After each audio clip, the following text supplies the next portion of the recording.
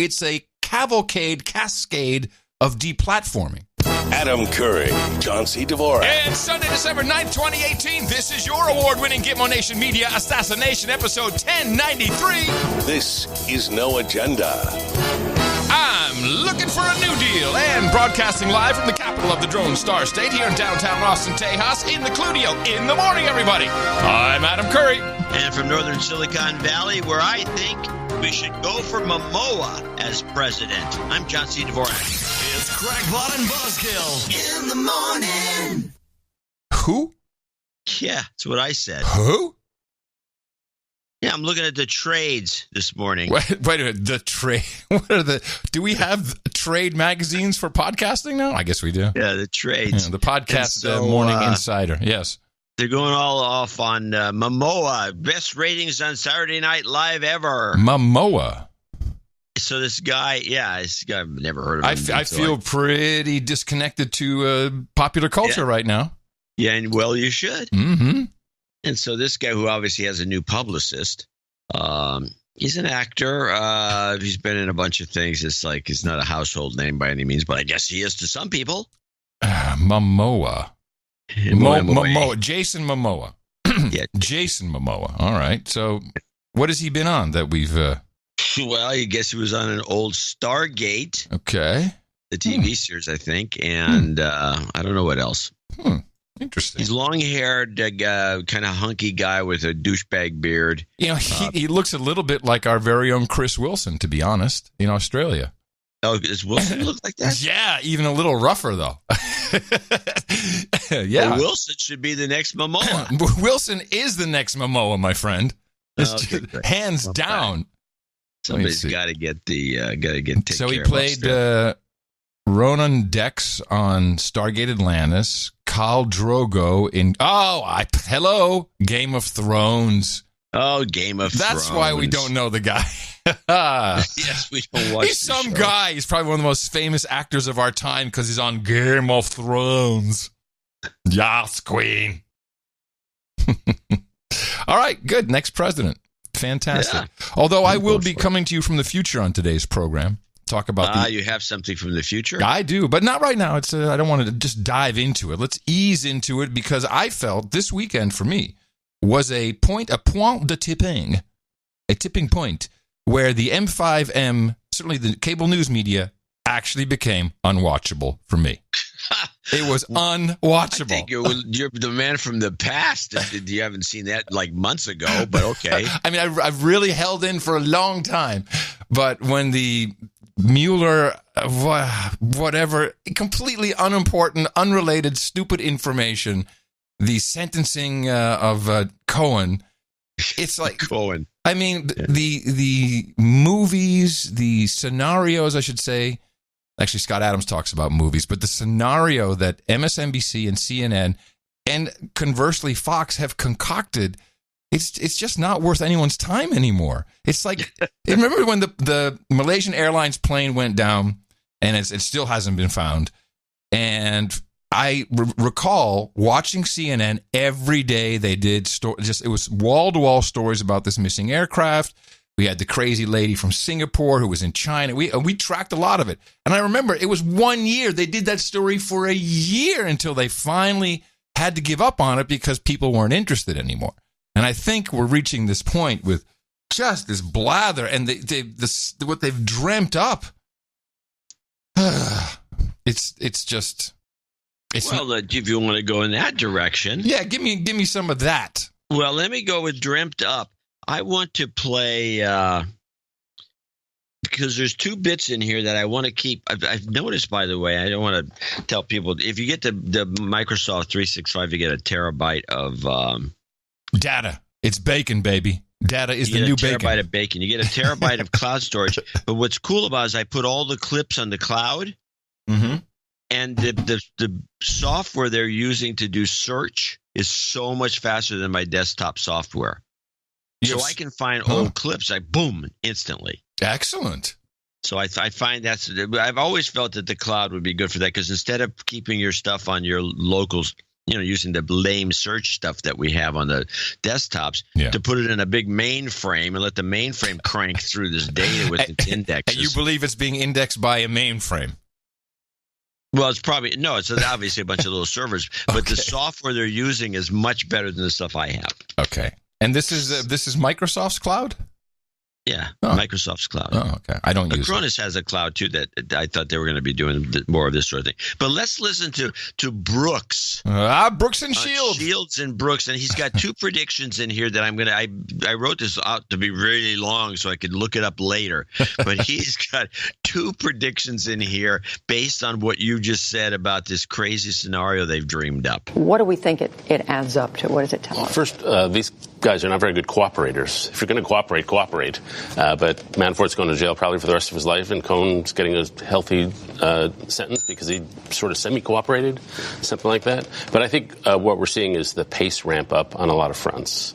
They're clearly interested in the more contacts than we knew with Russia in 2015 with the campaign, the so-called synergy they apparently found, and then especially the business dealings, Trump's dealings in Moscow. And my instinct is that there's going to be a lot more investigation into business than there is into Russia collusion. There's just a lot more there. And the other sense you get is a lot of Republicans are looking at this White House, and they're seeing an administration under a lot of judicial and legal threat and a lot under political threat. And they see a White House counsel's office that is denuded of authority and people. And then what they call the membrane around Trump is frailing. And the membrane is the group of people they put around Trump to protect him from himself. And over the years, the Hope Hickses of the world, and maybe in the next few days, the John Kellys of the world are going and gone. And so you see a Trump unprotected from himself. And you're beginning to see a lot of Republicans who are looking seriously at 2019 with a lot of Fridays like this one. Yeah. And Trump, really hurting himself and maybe not serving out the term. Not serving out the term. Oh, yeah. This is the Lib Joe's dream come true. And you know what's happening? I was listening to Dutch news radio over the weekend. Actually, Saturday, Tina had some nonprofit work to do, and so I'm just listening to this because, if she's around, she won't understand it. And every journalist that came on, it's as if they sat at home and had their morning coffee and watched MSNBC. Because they can get that over there. They can, and you don't even need to have MSNBC to get this story. And then they go on the air and just like, oh my God, he'll never serve out his term. And of course, they like to pronounce Trump as Trump. So all you hear is this, Trump. And it's the same delusion. It's just delusionary. Woo. Well, Exactly.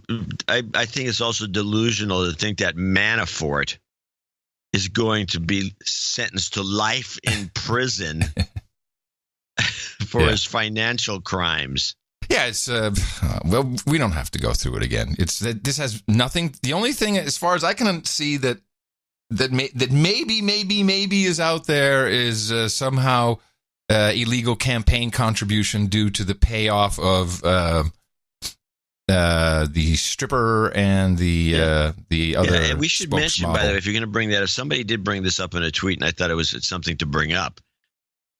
John Edwards, who ran for vice president, took illegal campaign contributions up to the tune of $1 million to give to his girlfriend. His girlfriend. His side piece. That's right.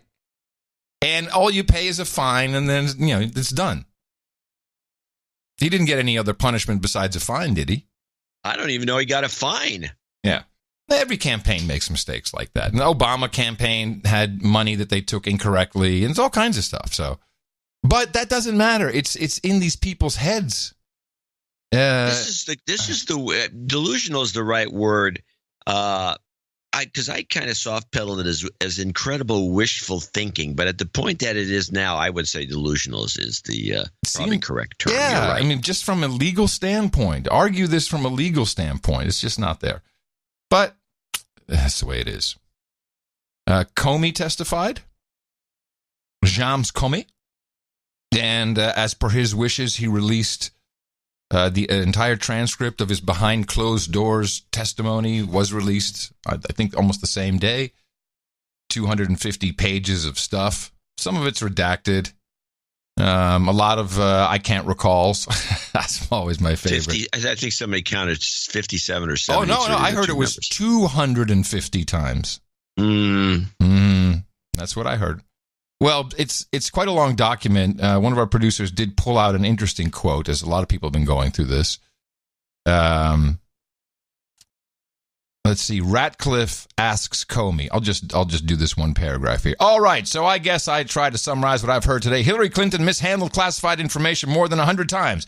She made false statements about it. The FBI was aware that at least one of her aides also mishandled classified information, and one of the folks employed on behalf of Secretary Clinton intentionally destroyed evidence known to be subject to a congressional subpoena and preservation order and lied to the FBI about it. And on July 5th, 2016, you, sir, stood before the American people and said that neither you nor any reasonable prosecutor would bring any charges in this fact pattern. Is that accuracy? Is that accurate? Mr. Comey's reply, yep. I believed it then, I believe it now. And anybody that thinks we were on Team Clinton trying to cut her a break is smoking something. Yeah. See, it's too bad we don't have audio of that, because that would have been much better. I agree with Jim Comey. Why couldn't it have been out in the open? Well, I think it's because everyone's showboating, and it's probably embarrassing for everyone. Exactly. Very embarrassing. So now we have a new pick for the Attorney General, William Barr. I guess he goes by Bill Barr. They call him Bill, like Robert Mueller is Bob Mueller. I don't know. All the stuff I heard was William. I like Bill Barr. Bill Barr, good morning, everybody. How you doing? How old is this guy, by the way? He doesn't look very. I think he. Turns out he worked for the CIA. Didn't he work for Papa Bush? Yeah, as his Attorney General, which was like 100 years ago, and now the guy's still up for another Attorney General's job after Clinton and Bush Jr. and everybody in between. Let's see. He was born in 1950. So he was young at the time then. Yeah, he would be in his 40s. Well, 1950, so he'd be in his, He's got to be 60s. Late 60s. Yeah, it's got to be mid-60s. We could probably figure it out if we did the math. Yeah, gosh, if we actually took a pen to paper. Wikipedia is not helping. 1, 2, 3. Usually they put it in parents. Yeah, it's not there. I'm looking for it. It's like, why didn't they don't give me an age here? Yeah, and height. 68. There's no height there. Here is... Okay, so it was interesting. I think the pick was made public when Bush's train was doing the tour, or whenever, part of the funeral procession, which I also did not watch. So it was kind of an interesting timing to choose that. But this guy himself is, I'm not quite sure why the president picked him. Here's Greg Jarrett on Fox Business News talking about, because he's, of course, reported on this guy in the past. And here we go. The president has a duty to direct the attorney general what to do, what not to do. This whole notion of independence is a canard that's been peddled for 40 years. Now, as for William Barr, I'm sort of two minds. Yes, unquestionable integrity, a fine reputation, great experience. He brings gravitas to the job, but he is an establishment figure at a time when What is gravitas? Gravitas is interesting because it's a term they tried to use. They tried to push this term. On Obama? No, way before that. The first time I saw them trying to push this term was when Clinton was running for the president for the first time. Hillary or Bill? Bill. Mm-hmm. This goes way back. This stemmed from the original Governor Cuomo, the old man, who was going to run for president when George Bush was up for a second term, but he decided not to because he figured, he's going to get reelected. And so Clinton got in, and that was the end of Cuomo's political career for good, because he made a mistake, because he would have been the shoo-in, it seems. But they dropped this term into the public domain, the left-wing media, which is what I'm going to call it, gravitas, and they kept referring to Cuomo as being the best candidate because he has gravitas. Gravitas. And they kept hounding us with his word gravitas. Then it disappeared completely, and now they're trying to revitalize it. Gravitas, high seriousness, is the Merriam-Webster definition: dignity, seriousness, or solemnity of manner. Yeah. And I think once they've rediscovered it, which is you just pointed out, I think they're going to go hard with it because it's just the opposite of Trump. Well, we always try to be gravatorial on this show.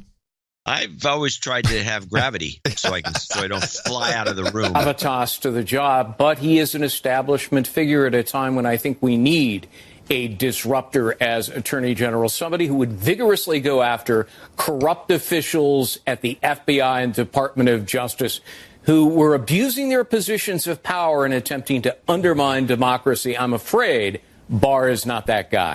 Oh, he's not. That was a good setup. I'm like, he's not that guy. So Excellent. on PBS, they had the woman, the black woman, who's one that's, I think she seems sweet, but she seems incompetent. It's a shame because there's so many experienced black people that could be. This isn't a Gwen replacement, is it? It's the Gwen replacement. It's the Alcindor woman. So they keep giving her different assignments, which she still doesn't carry it very well because she doesn't present well. She can't enunciate like a PBS person should, which is old network style. Right. But they had her do rundowns on all these different people that Trump's talking about replacing one person with another, and she did one on William Barr summer, and you can listen to her point of view. Because I think she did a lot of research. She talked to a lot of people. I think this is actually – she did a pretty good job, except her presentation skills are still lousy.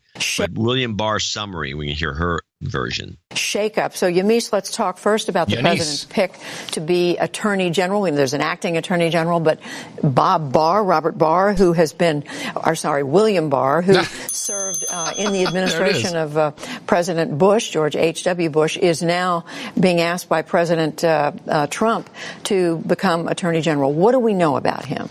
Well, what we know is that William Barr is looked at as a respected attorney and that Democrats and Republicans today signaled that they could get behind him and support him as Attorney General. I want to walk you through who William Barr is. From 1991 to 1993, he was Attorney General for the late former President George H.W. Bush. He was, however, involved in the controversial Iran-Contra pardons.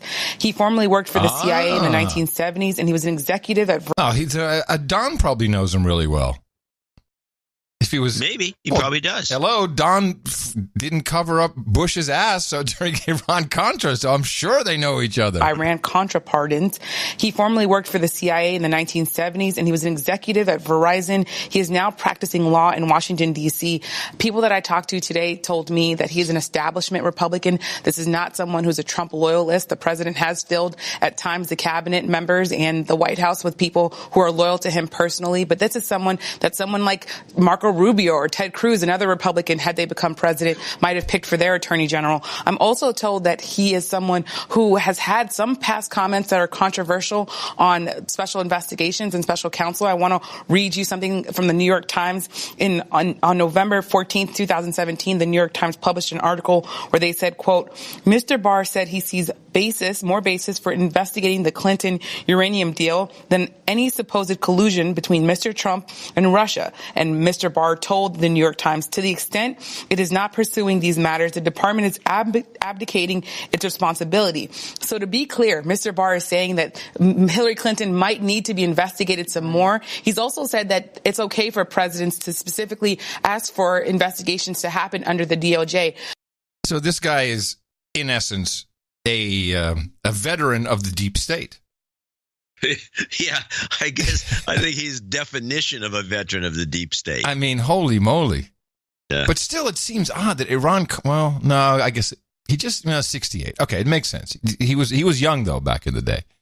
Yeah, he must have been a go-getter. Yamiche Leone Alcindor has quite the resume, including winning the award named after, or not named after, a tribute to Gwen Ifill, who passed away, the Syracuse University Toner Prize. She's been, New York Times. She's been around. She has cred. Yeah, as a writer. Oh, well, hello. Yeah, of course. Now, don't get me started on the television. I mean, that's our job. But it's okay. No one ever asked us our opinion. We know it works. They do ask us our opinion, actually, but nobody.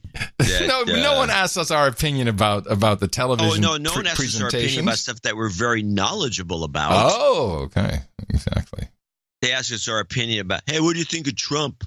Do you think Trump's okay? Think Trump's a douchebag? What do you think of Trump? That's our opinion. Well, we don't know. We have an opinion. I was watching. There's this. I think we talked about this. Is Pluto TV, which shows up on the Roku box. Pluto. I love Pluto TV. Yeah, you get some good streaming stuff. And before you go on, I'm going to give you a pet peeve of mine. Okay. So I got Pluto TV. It's on the Roku. People should get it. It's got all kinds of cool stuff. It's got Sky News. It's got all kinds. It's got the Cat Channel. Have you watched the Cat Channel? I saw it and I did not stop. No. I went past. You have to put it on. You put the Cat Channel on in a crowd of people, you're stuck there for hours. You know, it seems like that actually seems like a really good idea, considering the popularity of cats on the internet, and considering that you don't deal with agents. You know, there's no residuals to these cats. I mean, it's a money maker. Okay, it's hours of cat video. I mean, I did watch for a moment the channel where these young kids go out and they shoot an arrow with a rope across a canyon, and then they just swing on the rope. Have you seen this channel? Seen that channel. Makes me nauseous to watch. But I'll watch the Cat Channel. That sounds, okay, well, let me get to the pet peeve. Okay. By the way, you'll love the Cat Channel. Mm-hmm. Even if you don't like cats, you'll love the channel. The Pluto channel, you put it on. They got all these different mini networks, and they're all. It loads. You hit one, boom, it comes up. You hit one, Xfinity has got Xfinity streaming beta. Xfinity streaming, nothing comes up. You click on it and you wait. If you wait long enough, sometimes up to 10 minutes, the channel will appear. And then if you happen to try to play a channel and it's spinning and spinning and you're waiting for it to appear, it doesn't. And you say, I'm sick of waiting, and you try to turn it off. Boom! It blows up the Roku box and reboots it. Mm-hmm. It is a piece of unbelievable, unrelenting crap. Hey, man. Why don't they buy the technology from the Pluto channel? Hey, man, that's what net neutrality is all about, man. It's like they're getting throttled somewhere, bro. So I'm watching the Pluto app. And so, RT, Sky News, there's one or two other odd ones, but that's really what I was going for. I think MSNBC's on there. No, CBSN. CBSN is on there. CBSN, right. Yeah. Yes, CBSN. So, because, I gave up. I gave up on the M5 end, so off we go to Pluto. There's nothing in between, Pluto. apparently. This is where you have to go. Pluto. I went to Pluto TV. But RT was doing a really good job of covering what was happening in Paris. Holy moly. And, make no mistake. Yes. I got an email from somebody saying that only RT is covering it.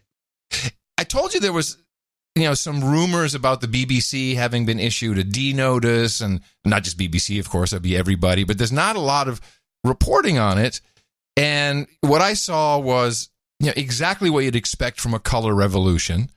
We've now, you have to really watch the screen and see that it's not all people with yellow jackets, but there's also people with yellow jackets with a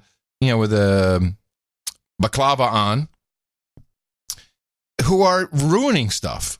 They're smashing into the Apple Store, stealing all this stuff in the Apple Store, which is just about the stupidest thing you can do. Children, when you're LARPing around and you want to go steal something from the Apple Store because your other LARPing friends broke the window and we're in, and you just grab it all and take it home, you better not be hooking that crap up to the internet, because the Apple police will find you very, very quickly. I don't care what you can give it to somebody else, it's going to come back to you. These things are completely loaded. They know exactly where these boxes are. There's a million ways for them to find it. Don't steal that. And I saw they ran into a golfing store, a golf sporting goods store, got a whole bunch of golf clubs, ran outside, started smashing the window with the golf clubs. I don't think this has a lot to do with the climate change tax anymore. there is a genuine, very unhappy feeling. I think maybe the Marrakesh Agreement, which should be signed today or tomorrow, that may have something to do with it. A lot of people, and so that sadly brings us right back to migration. But it looks more and more like a color revolution. It's set up that way with the yellow jackets. It's now in Belgium. They were in Brussels. They were trying to, at the European Parliament. They're in Amsterdam. They're in Rotterdam. It's happening everywhere. And as long as the M5M doesn't give it too much attention, it might not, catch fire, I think that's what the thinking is. I think that's exactly what the thinking is. RT is the only network, as much as people like to condemn them, at least they're covering this, and they're covering it well. Yes.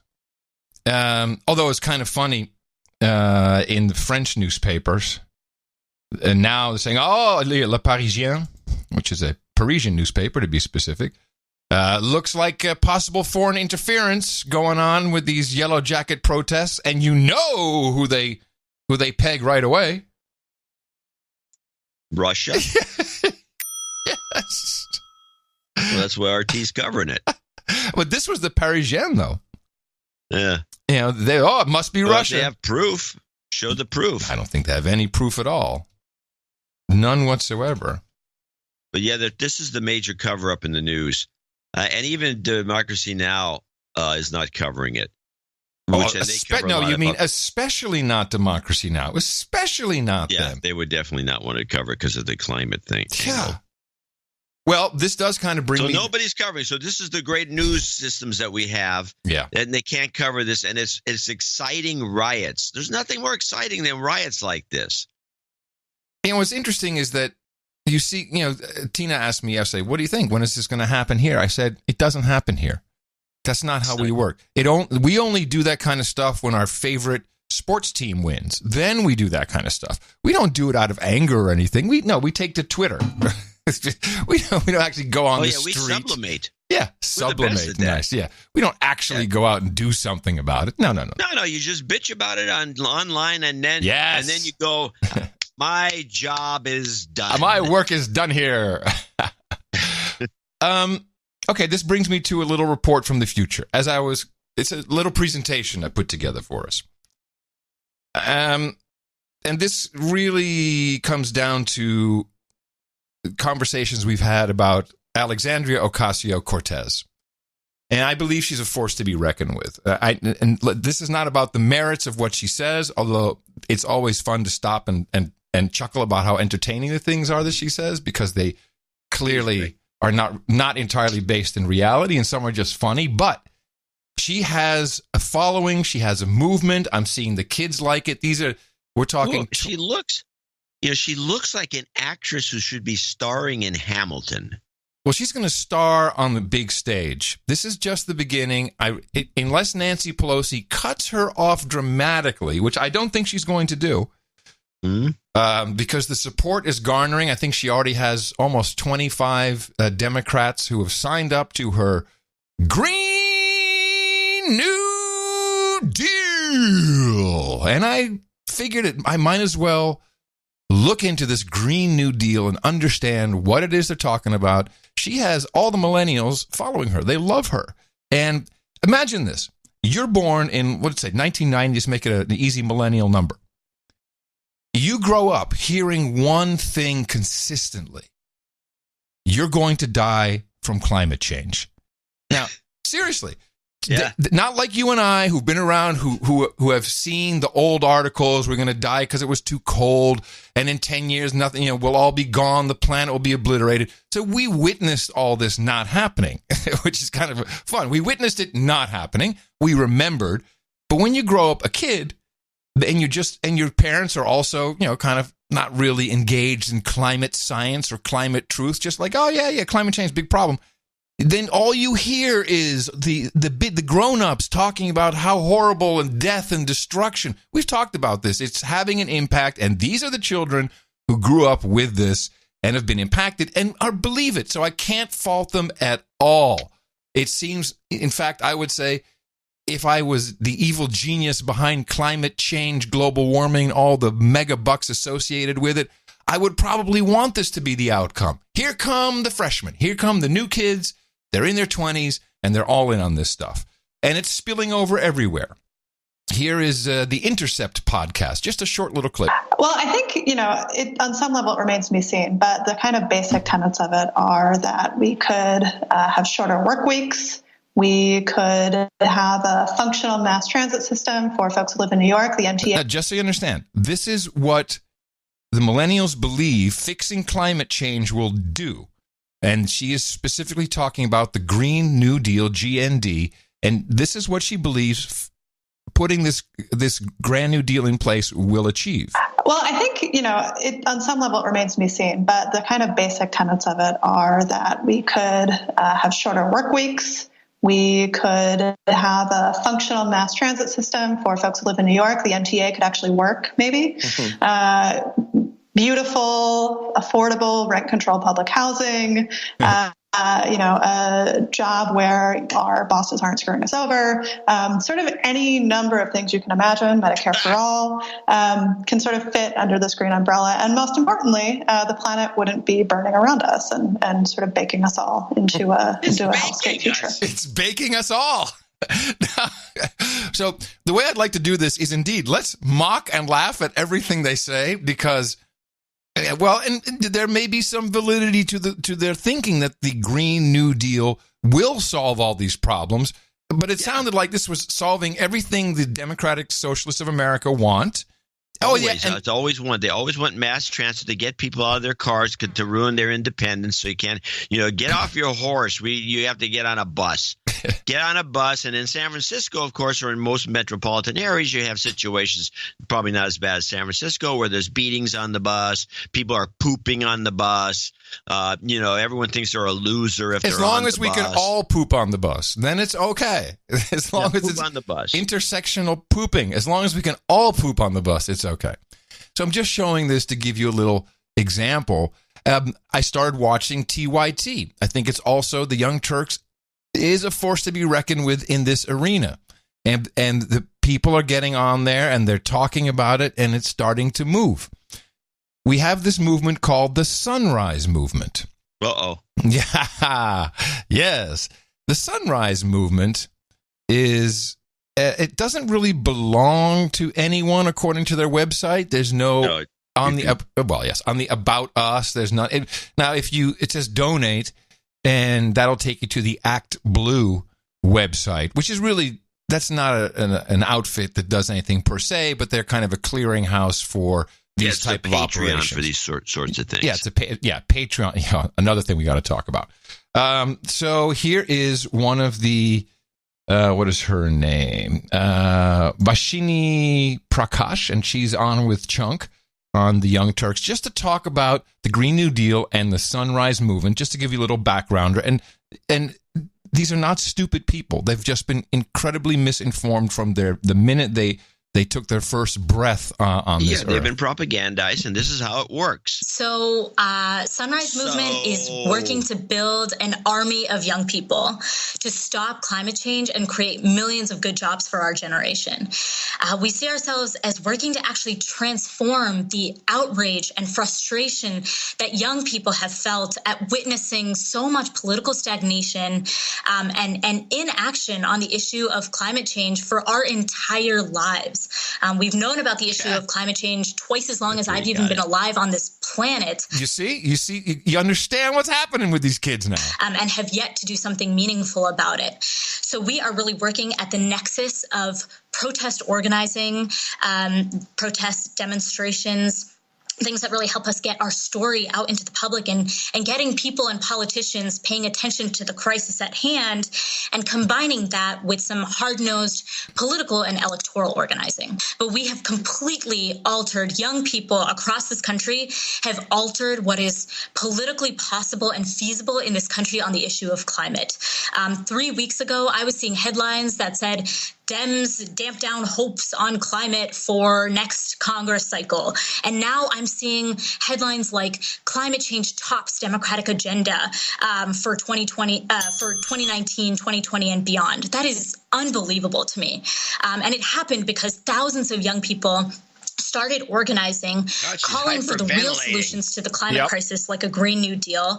We've done hundreds of office visits to congressional politicians, asking them to support Alexandria Ocasio-Cortez's select committee for a Green New Deal that would create a plan at the true scale and scope of the climate crisis. So young people are energized. We are motivated. We understand what is at stake with the wildfires the drought-induced wildfires that have been destroying California and the West Coast.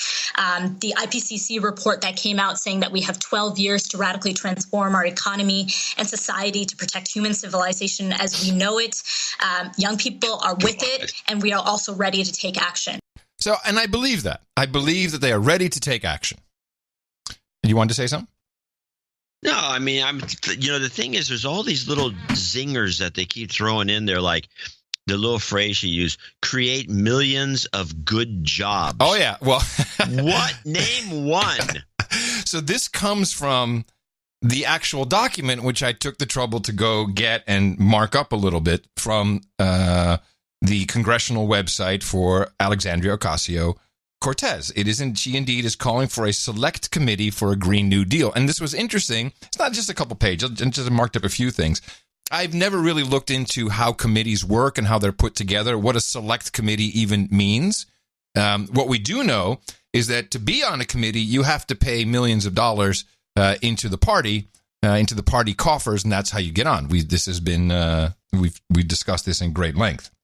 And sometimes, a chairmanship can be $5 million or something. You've got to bring into the party coffers. Yeah, you have to get that. And that goes to the party. So the select committee, I didn't realize it, but a select committee for a Green New Deal means that the Speaker of the House actually selects the 15 members that are being proposed here. So that would be Nancy Pelosi, and it'll be 9 of the majority, and it will be 6 of the opposition.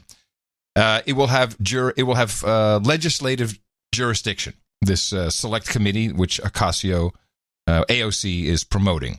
And the select committee shall have the authority to develop a detailed national industrial economic mobilization plan, to be known as the Green New Deal, for the transition of the United States economy to become carbon neutral and to significantly draw down and capture greenhouse gases from the environment. It will be prepared in so we're going to have leaders from business, labor, state, local governments, and academia will be involved in this Green New Deal. They can bring in research institutions, and everything they do will have been planned and executed in no longer than 10 years from the start of this plan, which would be in 2020. And that kind of comes down to the 12 years you just heard about, the 10 years. By 2030, we have to have everything fixed. We have to be completely off fossil fuels, otherwise we all die.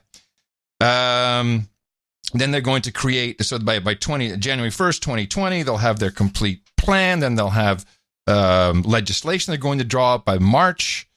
And they will also have investigative jurisdiction, which is a big groan from me because that just means they're going to do more studies. Funding. I'll get to that in a second. Let me go to here we go. Scope. Here we go. The scope of the plan for a Green New Deal and the draft legislation. And there has a number of points here. In each case, no longer than 10 years from the start of the execution of the plan, 100% of national power generation will be from renewable sources. 100% within 10 years. There will be built a national, energy-efficient, smart grid, whatever that means. That means you can shut it down remotely from China. Bingo. We'll upgrade every residential and industrial building for state-of-the-art energy efficiency, comfort, and safety. Decarbonizing the manufacturing, agricultural, and other industries. I don't know how you can decarbonize agricultural industry, but okay. Funding massive investment in the drawdown and capture of greenhouse gases, which I find to be an interesting choice of words. They have some frequently asked questions, and this was my favorite.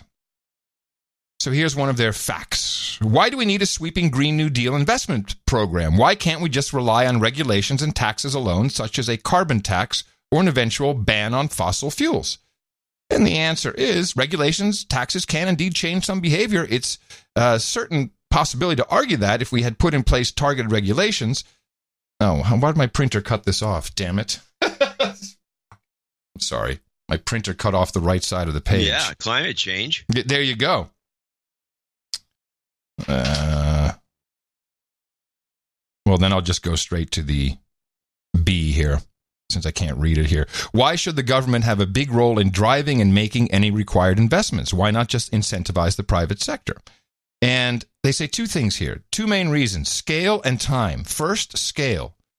The level of investment required will be massive.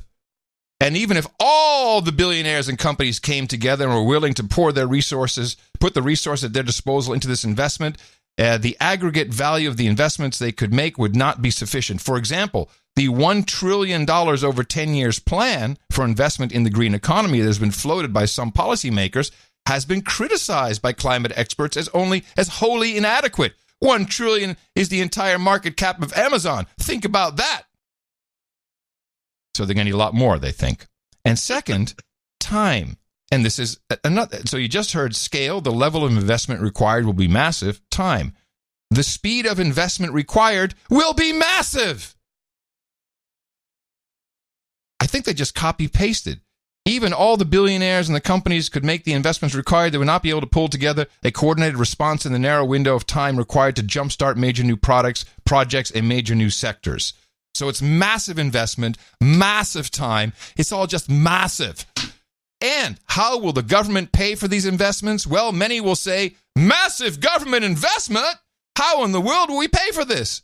The answer is, in the same way we paid for the 2008 bank bailout and extended quantitative easing programs. The same ways we paid for World War II and many other wars. The Federal Reserve can extend credit to power these projects and investments. New public banks can be created, as in World War II, to extend credit, and a combination of various taxation tools, including taxes on carbon and other emissions and progressive wealth taxes, can be employed. So they just say, in fine American tradition, print up the money. And what? I give them credit. It's just unbelievable. I give them credit for knowing how the system works. Knowing how it works. Now, this Green New Deal is not new. The exact same deal popped up, 7 years ago with Obama. And today we're going to look at the Green New Deal. Well, President Obama has embraced the idea of a green stimulus package, pledging some $150 billion of investment in low-carbon infrastructure in order to create jobs. Gordon Brown has also espoused a Green New Deal. In his case, it's to also boost employment with eco-friendly transport and renewables at the heart of his strategy. So are we going to see a rush to green investing? After all, the returns last year were relatively poor. And if business takes the money, will it be able to actually deliver the reduction in CO2 emissions that the world is now demanding? So it was about a $150 billion try that we did that didn't seem to go anywhere. I didn't hear of any great successes. Did you? No, all I heard is that they got worse. Marginalized Kleiner Perkins as an investment company. That's right. Because they brought in Al Gore, and the next thing you know, they're throwing money at stupid green projects. They lost their shirts. They lost their shirts on that. Yeah. And this was the same era that this is when Nancy Pelosi was the Speaker of the House the last time, and that's where that jobs things comes from that we had been using on the show for the last 8 years. Yeah. And they presented this proposal that was going to pass, and Gohmert called it, the piece of turd or something like that in front of it. Really, Gohmert did that? Gohmert has some comment, and the thing never, it was passed, and it had all this legislation about how you have to build your home a certain way, and you have to have insulation or you get fined, and there's all these things, and it was this huge package that the Senate just said no. And that was the end of it. Which is what's going to happen with these guys. And it's like the Senate was, no, we're not going to do this. Well, there's okay. And by the way, the Senate was dominated by Democrats at the time. Oh, yeah. Well, so just before the weekend, there was a town hall. And the town hall was hosted mainly by Bernie Sanders, who is very much with the young kids still, the millennials. They all love him. Bernie's all on that popular tip. And they brought on many guests, including our girl, AOC from the DSA. Hey, but they started off with a little video Again, just setting the stage so you understand how kids today feel about it. But listen to what she's saying, and this really confirms my point, not only as to what these kids grew up with, why they're thinking that way, but there's a nice little gimme in here. My name is Marcella. I'm 21 years old, and I was born and raised in South Florida. And growing up, dealing with hurricanes was a regular occurrence for me and my family. I remember being really little and feeling afraid because sometimes my dad would have to work during the storm. But it wasn't until my family moved to Fort Lauderdale, Florida, that I really became closely acquainted with the devastating impacts of sea level rise. We moved somewhere that's sometimes called the Venice of America, and it's well known for its beautiful waterways and coast. My family was lucky enough to live just 1 block away from the beach. But when we moved, I started to notice that every time a storm would hit, the street in front of my apartment would flood. And sometimes it would flood even when it wasn't raining. Local businesses would have to put out sandbags to stop the water from coming into the shores. My parents would have to move the cars up to higher ground for parking. And it was this weird dystopia where regular people were being forced to become experts in the ocean's tidal patterns and sea level rise. On really bad days, the entrance to my apartment building would be blocked off from flooding. At the time, I didn't know that any of this had to do with something called global climate change or sea level rise. I just knew that this was an everyday part of my family's life. Then I went to college and I learned that my personal experiences with flooding and with hurricanes were just warning signs of more drastic changes to come for Florida and for the rest of the world. So when she went to college, that's when she learned that she was going to die from this ugly climate change. That's where they taught her. Because you're living on the beachfront property, and then during a storm, you get a little flooding, which has probably been going on since the 1800s. Well, they call it the Venice of Florida. So yeah, this has been a problem since before she was born. Yeah, but once she got to college, that's when she was told what this all was about. And that's what these kids are growing up with. So, yeah, you're right. I think this is a very good point you're making. Now we get into depressing. This is normally we put depressing stuff like this at the end of the show, so everyone's bummed out and they don't donate. So we do the depressing stuff up front. We do a happy-go-lucky at the end, so people donate. We're switching it up, John. Just going crazy with the format today. Anything to help. Here we go to the round table. Bernie is, of course, he's, the conversation is about the report that was released that was, covered up. And, the question here really is, does Alexandria Ocasio-Cortez have, does she have the solutions here? Is she right? Oh, and I might want to point out that on this panel is also Van Jones. Jones, guy, the hack. You'll recall, he was the green czar of the Obama administration. Yeah. He was the guy who brought in the Green Deal initially and got ousted because it was actually weird. I think he was associated with some odd people. And he actually was all in on 9/11, like 9/11 inside job, boom, out of the Obama administration. Yeah, you can't have that. Let me see. I got a link here. What exactly did they accuse him was? It was Jones was under fire for his past affiliation with 9/11 conspiracy truthers. I'm reading this from a 2009 article. And for calling Republicans assholes in a video before he was appointed to the Obama administration. Republicans then also began using him to escalate criticism of the administration's deployment of czars, you recall those days, across the policy landscape, saying they were being used to avoid Senate scrutiny of appointees. But more problematic was the fact that Jones's controversial statements fit snugly into the narrative woven by some conservative critics of Obama as a dangerous leftist, a critique that goes back to the campaign and was based on much of his past work as a community organizer with associations of the likes of Jeremiah Wright and William Ayers. So there was a lot going on when Van Jones got kicked out and he had to fall on his sword. I remember it well. We were doing the show. So he's on this. And he, of course, is weaseling in on the action. That's why he's got a show on CNN again. It's all coming around. The Grand New Deal. Yeah. Is President Trump right? That's a hard one. I want you to think about it before you respond. Or is there, in fact, ideas out there that would enable us to create millions of good-paying jobs? Now, this was your question, John. Millions of good-paying jobs. Let's get to the bottom of it. Yeah, as what we would move name away one? Just stick with the program. from fossil fuels. It's unsurprising that the response to any bold proposal that Let's not mock her for her voice. Let's just bathe in it. It's like a bath of razor blades. But I have to say, and again, I'm just looking at the media personality here. The girl's got it. She's got everything you want. You can hate her, you can love her. It's all in there, and the voice cuts through. Some may call it piercing. It cuts through. Fossil fuels.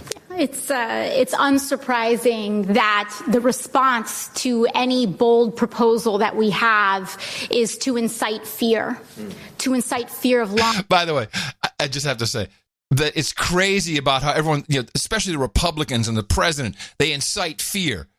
But that's exactly what she's doing, even in these words. Response to any bold proposal that we have is to incite fear of loss, to incite fear of others, to incite fear of our future. But the only way we are going to get out of this situation is by choosing to be courageous. Woo! That's the only way we're going to get out of this. And first of all, it's just plain wrong.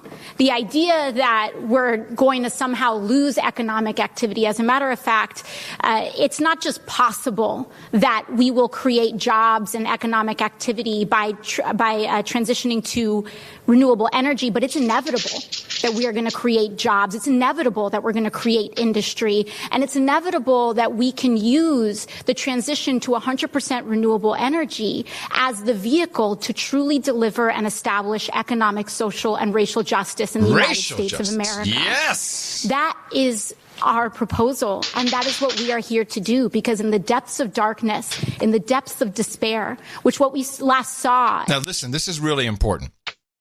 What are you doing? You're rummaging around, you're dropping stuff. Are you... Well, just play. She's now going to give us a little history lesson. For a second, I couldn't figure out what she was talking about. This is where she connects the Green New Deal to FDR's New Deal. Of America.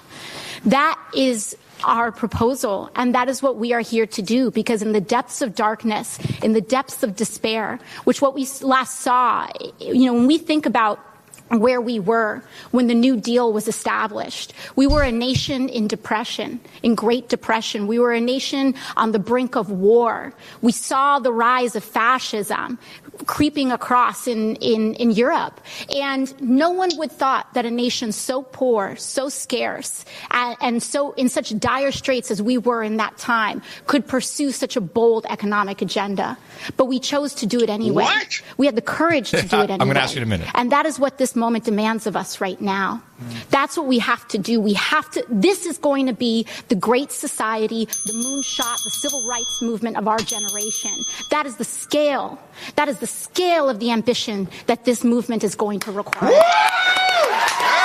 right. So what she's saying here, this is the moonshot, which, by the way, it would just be easier to make a video about how great you are with the Green New Deal and just put it out there and pretend we did it, just like the moonshot. It'll be like FDR's New Deal.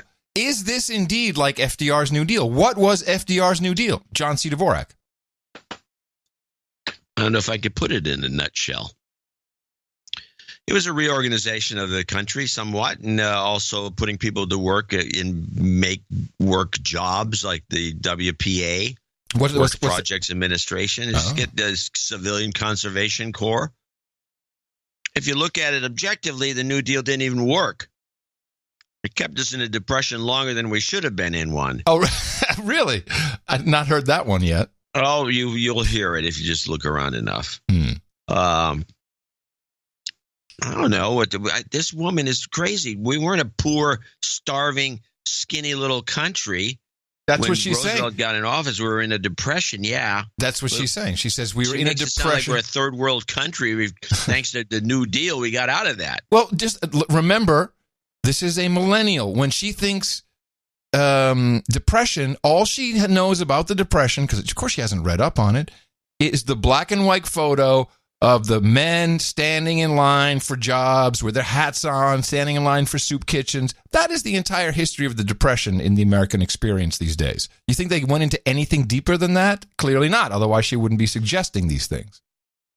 So this is the idea, and it's not new, is to create new industry, force industry away from oil economy, which the United States has, force it into things that that have not been proven to actually work financially, which is wind and solar. Now, if she said, let's do nuclear, I'd be all in. I'm like, yeah, I think you can do something with that. I don't know if you can change the whole economy. I find it peculiar that nuke is kept out. Yep. Of the circle, and they want to abolish all the use of all fossil fuels, which is interesting to me because then she won't be able to fly from state to state to do this propaganda. How do you get around with? How do you fly a plane? Oh, well, battery planes. Electric planes. Yes, that's the one guy. Yeah, one guy in a super lightweight plane with a couple batteries has been able to get off the ground. That's it for 20 minutes. All right, we move on. So this, and what I like about her idea and what the thinking, and I'm sure it's not her alone. There's other people behind her. There must be. Is all the problems you see. Everything and the problems the kids deal with is racism, otherism, sexism, Nazism, hateism, whatever ism you want to put in there. All of that will be solved by solving this problem because she and the Democratic Socialists of America want to redistribute everything, just every job that has anything to do with energy, wiped off the map, bring it back, give everybody the same salary, the same living wage, the same uniform probably, and march along to work and do the good work to solve our climate crisis. How do we, I think what we all understand is that we're fighting for the future of the planet. But what Alexandria is talking about is that not only can we effectively combat climate change, but in the process, we can do good economics and create millions of good-paying jobs here and throughout the world. Alexandra, go into some detail. Yeah, absolutely. And it's important to also talk about the fact that this is not just an economic solution, is that this is the mechanism through which we can really deliver justice to communities that have been underserved. The water in Flint is still dirty. The water in Flint is still dirty. We've got children, Van and I were talking earlier, we've got children that are choking on the smoke in California. Those same children and rather children mirrored. I got that. That was a good one, by the way. That got to me. Oh, I just see these kids choking on smoke. Of those children in Puerto Rico are choking on the fungal spores because we have not recuperated from the crisis. Girl, I'm choking on fungal spores in Austin. Stop with that. And the mold from the floods is taking up all of these people's homes.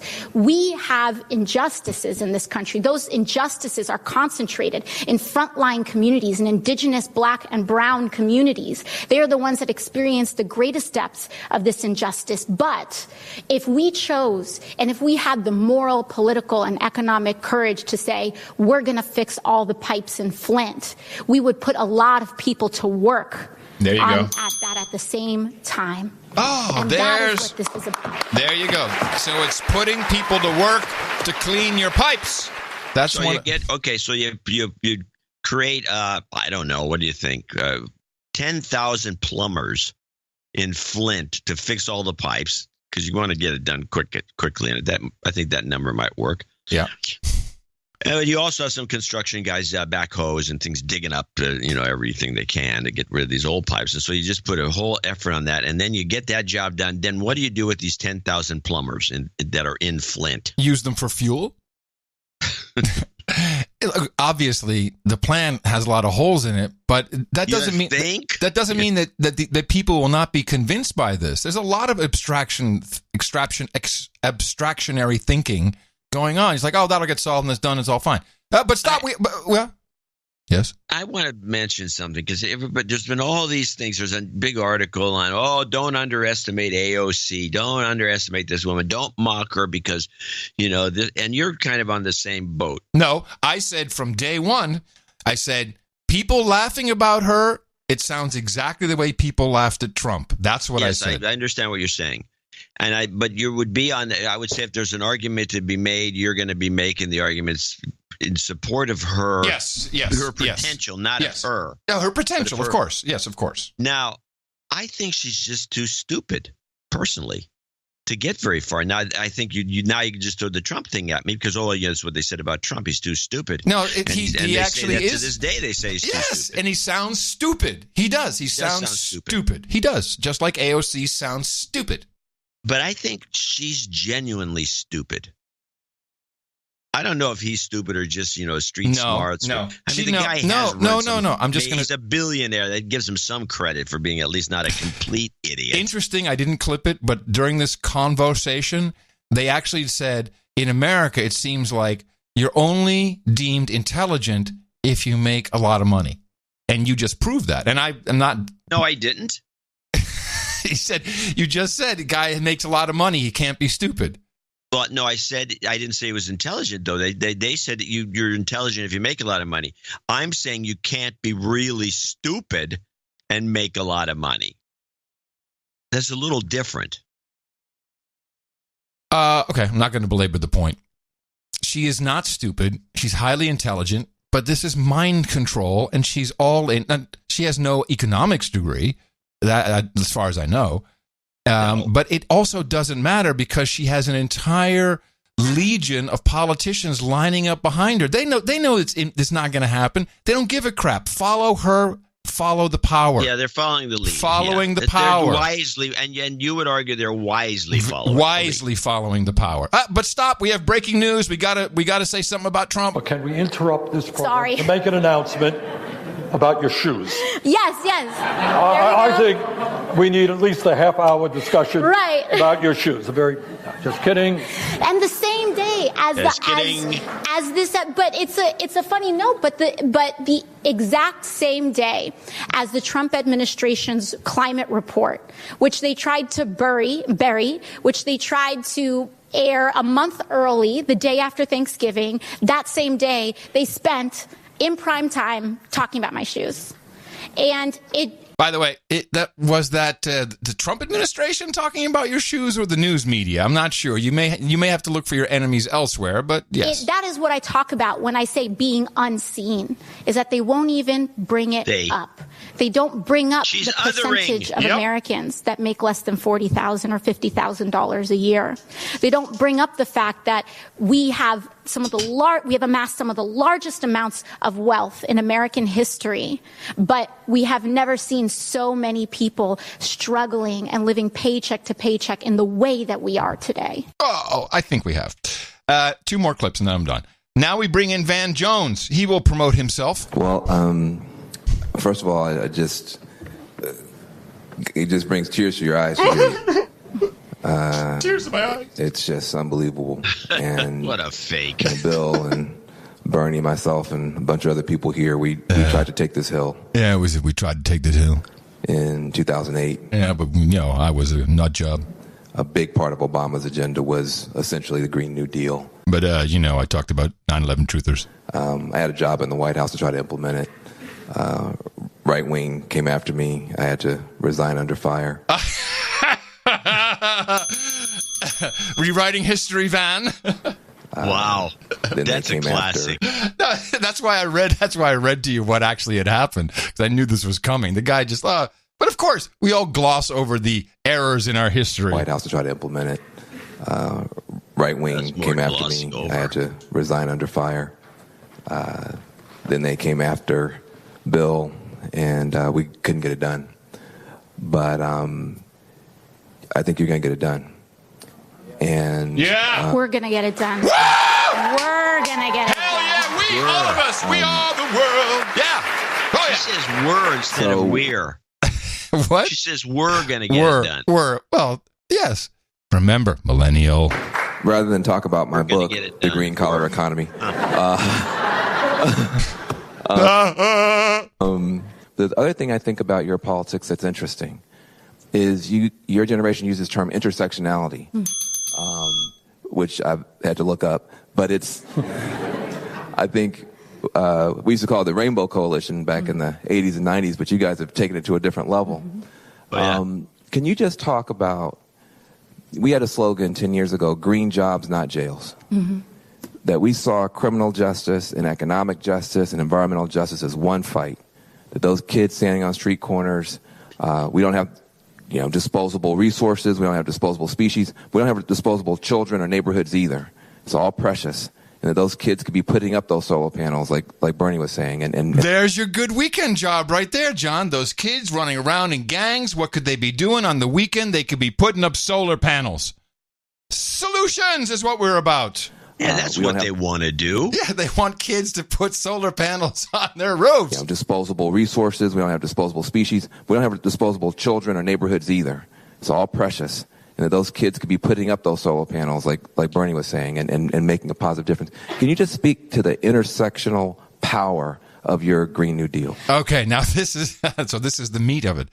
She's going to speak to the intersectional power of her Green New Deal. Hold on a second. I sense a hint of mockery in your voice, and yet you condemn me for saying she's stupid. I'm not saying she's stupid. Well, maybe you need to define stupid, because you can't fix stupid. That's the point I'm making. You can't fix stupid. All right, go on. I'll accept the mockery in your voice. You can now play it, which I believe is probably going to be the punchline clip. Yeah, you made this punchline up on punchline. Yeah, it's really the core of that is leave no person behind. We cannot have a solution. Isn't that a military term? I don't know. No, it's leave no student behind. Yeah, no, the Marines leave no soldier behind, leave no student behind, leave no somebody behind. No child. Yeah, that she's derivative. I give her credit for this, by the way. She's been doing a very good job. Yep. Of stealing other people's ideas, including Green New Deal, as you pointed out earlier in this series. To the T. But it's not just stealing. I mean, she took it and ran with it, and everyone who was a part of it 7 years ago was like, whoa, I'm Van Jones. Let me in. Woo! Power of your Green New Deal. Yeah, it's really the core of that is leave no person behind. We cannot have a solution. We cannot move forward into our future unless every single American is considered part of that. And whenever we see oversights, oftentimes when we get to the negotiating table in laws, in policy making, there's this idea that, we can leave the poorest of the poor behind, or we don't have to worry about this tiny sliver of the population because they're just a tiny sliver of the population. And what that eventually does is that it creates a crack. And that crack? Really, if you think of there being like a crack in the dam, it's usually where things always break down. And when we create policy the right way with integrity that honors everybody from the most vulnerable to the most powerful, when we acknowledge and see every person in this country, which is really what it's about, is that we have chosen not to see people in this country. We have chosen not to see people in this country until the majority of us have become unseen economically. Working people are not seen in the halls of Congress. Working people are not seen in policy making until we realize that the majority of Americans are working or working poor. This is persuasion, and I think it's good persuasion. I think she said nothing about what she's doing, nothing at all. She just spoke in identity politics to the entire world of identity politics groups. And I think it's going to be very effective. Here's your punchline clip. The good news is that we're not starting from scratch. There's so many people like Van, like Senator Merkley, who had established the select committee when he was in the House, a previous select committee. There's a lot of legislation that has been drafted to already start addressing some of these smaller issues, just transitions in coal, whether it's our energy infrastructure, whether it's battery, when we're looking at battery grids and so on. There's a lot of work that has already been done, but it needs to be consolidated and brought under the tent of a Green New Deal. And when we try to solve this issue piecemeal, we are not going to get it solved in time. So what she's saying is everything that deals with the economy has to be in my select committee. You can't deal with it outside of it. You got battery grids, whatever that is. That's in my group. Battery grids here. That's why we are asking for this really great, ambitious, singular plan. And that is why, I believe that the progressive movement is the only movement that has answers right now. We're the only ones that are drawing from the lessons of history, from Franklin Delano Roosevelt, from some of the most ambitious projects that we have pursued in American history. And that truly, again, is the scale that it's going to take. So, I think that there's so much work that has been done, and there's some outlying questions, especially when it comes to investment in technologies. Here we go. When we as a public choose to invest in when we as a public choose to invest in new technologies, we deserve a return on that investment. And for far too long, we gave money to Tesla, we gave money to a ton of people, and we got no return on our investment that the public made in creating technologies. And it's about time that we get our due, because it's the public that funded and financed a lot of innovative technologies, and that's another, thing to go. Elon. So, F you, Elon, with your no return on investment. Thank you, AOC, for saying that. That's a fantastic example. By the way, financed by companies like Kleiner Perkins. Not that they pulled money out of their pocket. They went to Washington. They got the money. What was it, $500 million just for Fisker alone? Forget about all the money that Elon Musk has taken. And then we continue to subsidize those Well, we vehicles. have to remember that the only reason that we're getting raped and this money is being taken from the public, which means your taxpayers, and $500 million being sent off to a Fisker that went out of business, that burned. or a Solyndra or any of these other companies, is because of people like her and this promotion of this global warming nonsense at this level. Exactly. So it's like a vicious cycle.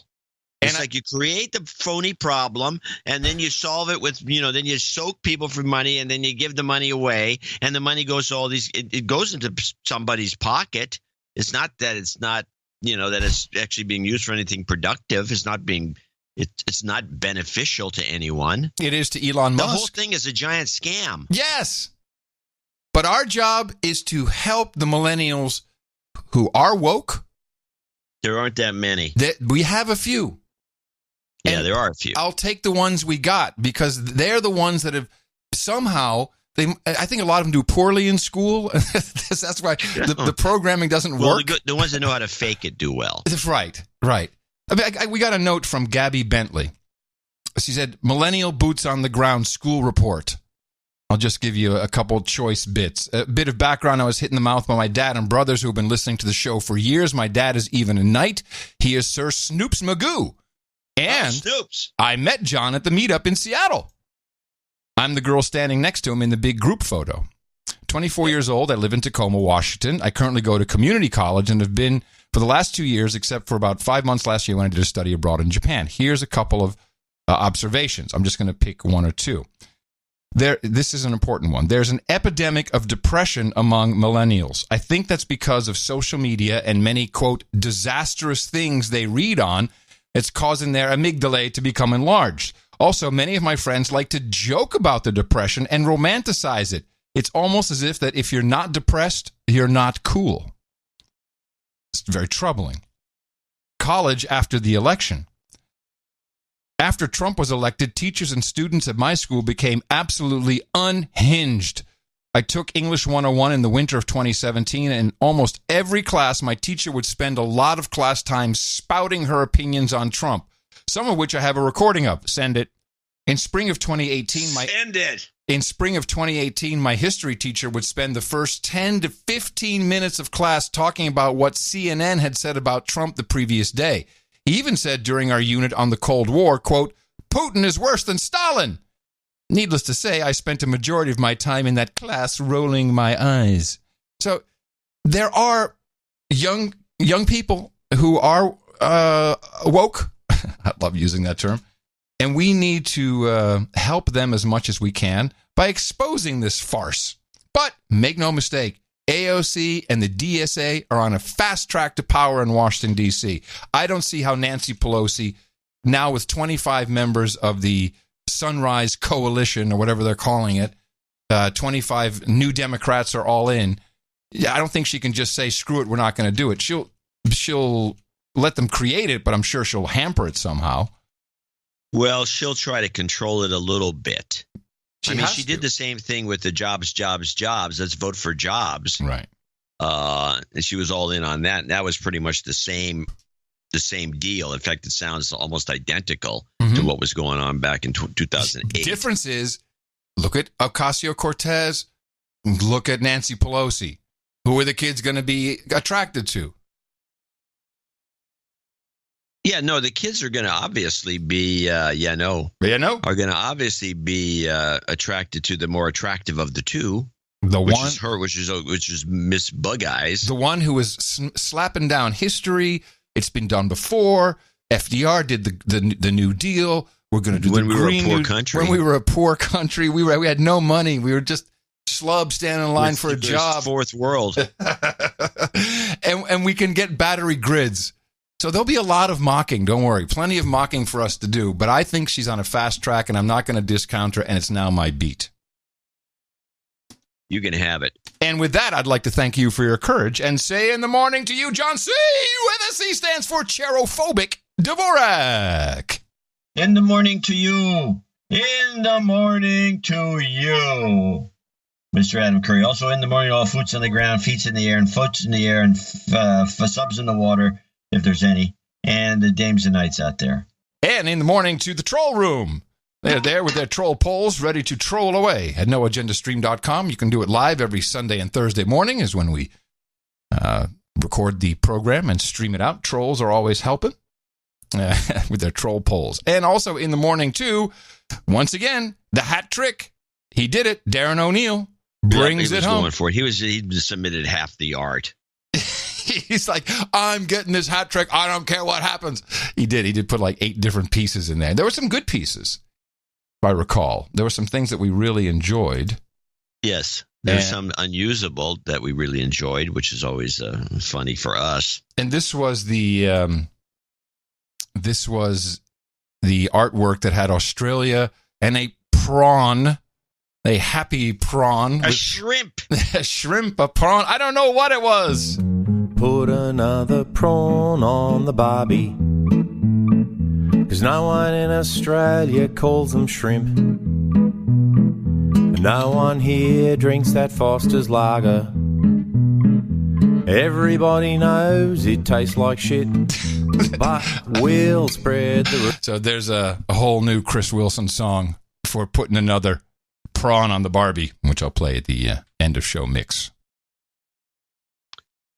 So we have a few people to thank, a number of executive producers and associate executive producers, starting with Roy Pierce in Fort Pierce, Florida. No relation, $334. He sent a note in.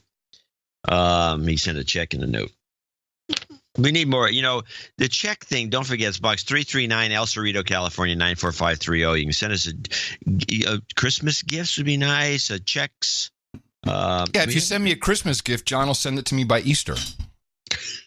Which reminds me. Hey, if we tell folks that claim you are exclusively pro-Trump to hang out at the Dvorak.org/blog. Yes. Yeah. It's been taken over by the Lib-Joes. Started receiving plenty of telemarketing calls and asked how these vendors found me. That's what he's doing now. Replies were that they were using a contact list that had been purchased from Dun & Bradstreet. I've never had a relationship with D&B, so I visited their site and learned they had me listed as a firm that had not existed for a dozen years. In bad standing. In bad standing. So he's the executive producer, top of the list. Nice. Then Illuminatia comes in with $333. Hey, Illuminatia, nice. She's in Vista, California. Hello, gents. With this donation, I've achieved damehood. Woo! Yeah, and she says, I wanted to point out to listeners that I achieved most of this with the $333.33 monthly subscription, which curiously is their most popular monthly subscription. And I treated it as any other bill and kept up with it even when I was unemployed. Just saying. Can I get a douchebag call out for my wonderful friends Joel? Douchebag. Mahi. Douchebag. And Patrick. Douchebag. And no, they won't take Bitcoin, Patrick. Drop it. On that note, I want to extend my thanks to all of my friends out there in the No Agenda universe for the jobs karma, which includes my amazing husband, Brandon, who stuck it out with me and showed me nothing but love and support through some tough times. I got a ton of amazing I got a ton of amazing what? I got a ton of I can't see why I can't jump to this line. Anyway, got a ton of jobs karma back in April when my contract. She got some jobs karma when her contract position with a big biotech company was coming to an end. When I wasn't able to get a job after that contract had concluded, I became doubtful of the job karma's power. Oh, no. Let me tell you, friends, it works, even if it's a little delayed. Last month, I became a research associate and conduct research on cancer and infectious diseases. I'm absolutely in love with my job. They told me that some of the diseases they research include Ebola and Zika. Oh! So now I'll be able to get some inside scoop on the research being done on any diseases that the media uses to scare the shit out of people and assure you that it really isn't as bad as they say or confirm that it's really that bad. Mm-hmm. I've got to say that making art for the show is a ton of fun, and I do it whenever I can. I wanted to mention that Nick the Rat was nice enough to take the time to give me a few pointers on art design. After a couple of lessons, I was selected, and part of that was definitely thanks to his guidance. I would like to be known simply as Dame Illuminadia. I would like roller skates and beautiful and breakfast burritos brought to the round table. Yes, I have them right here. If you would be so kind. Adam, John, I love you and thank you. You've been a very positive force in many people's lives, and I hope more people will contribute to the show and help you stay around forever and ever. Oh God, no. Not forever.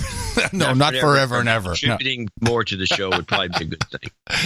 I'm so happy, Illuminatia, and it's nice because for some reason, Eric, the show didn't put you on the list. I have you on the list, of course, for a daming, and I'm very excited about that. And you have truly been a great force for the show, and I love seeing what you've received back.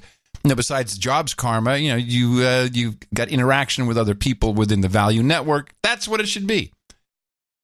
And I'm going to give you a gratuitous karma because you didn't ask for it. You've got karma. Gracias. So I don't know what I did, but I hit the wrong button. I took out Sorshan of Slovakia. Luckily, Control-Z brings everything back on most Microsoft products. $333.33. Forgive me, Podfather. It's been a year since my last donation. The show has been and continues to be amazing.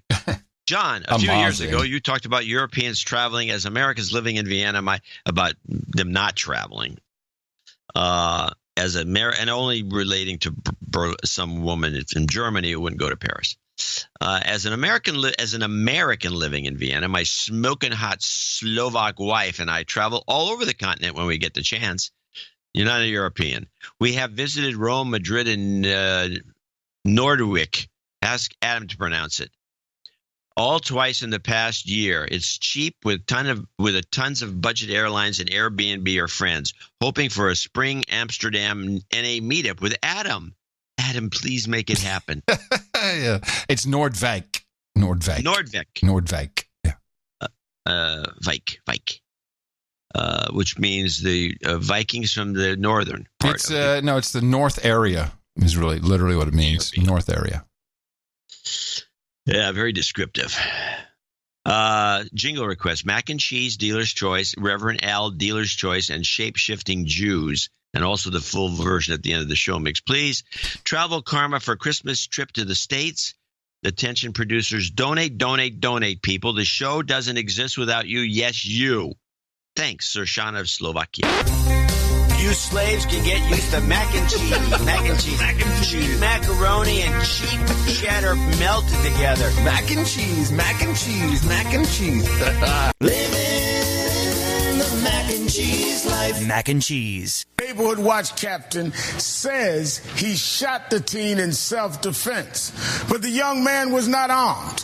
He was going back home after buying an iced tea and Skillet's candy. No name calling, no incendiary language, just the facts. A young man dead. The assailant says self-defense. What is found on the young man? Skillets and iced tea.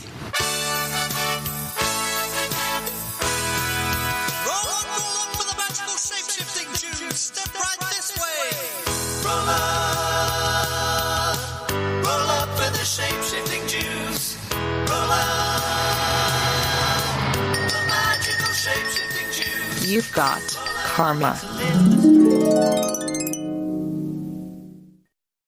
Angela Garvin, $333. She's in parts unknown from what I can tell here.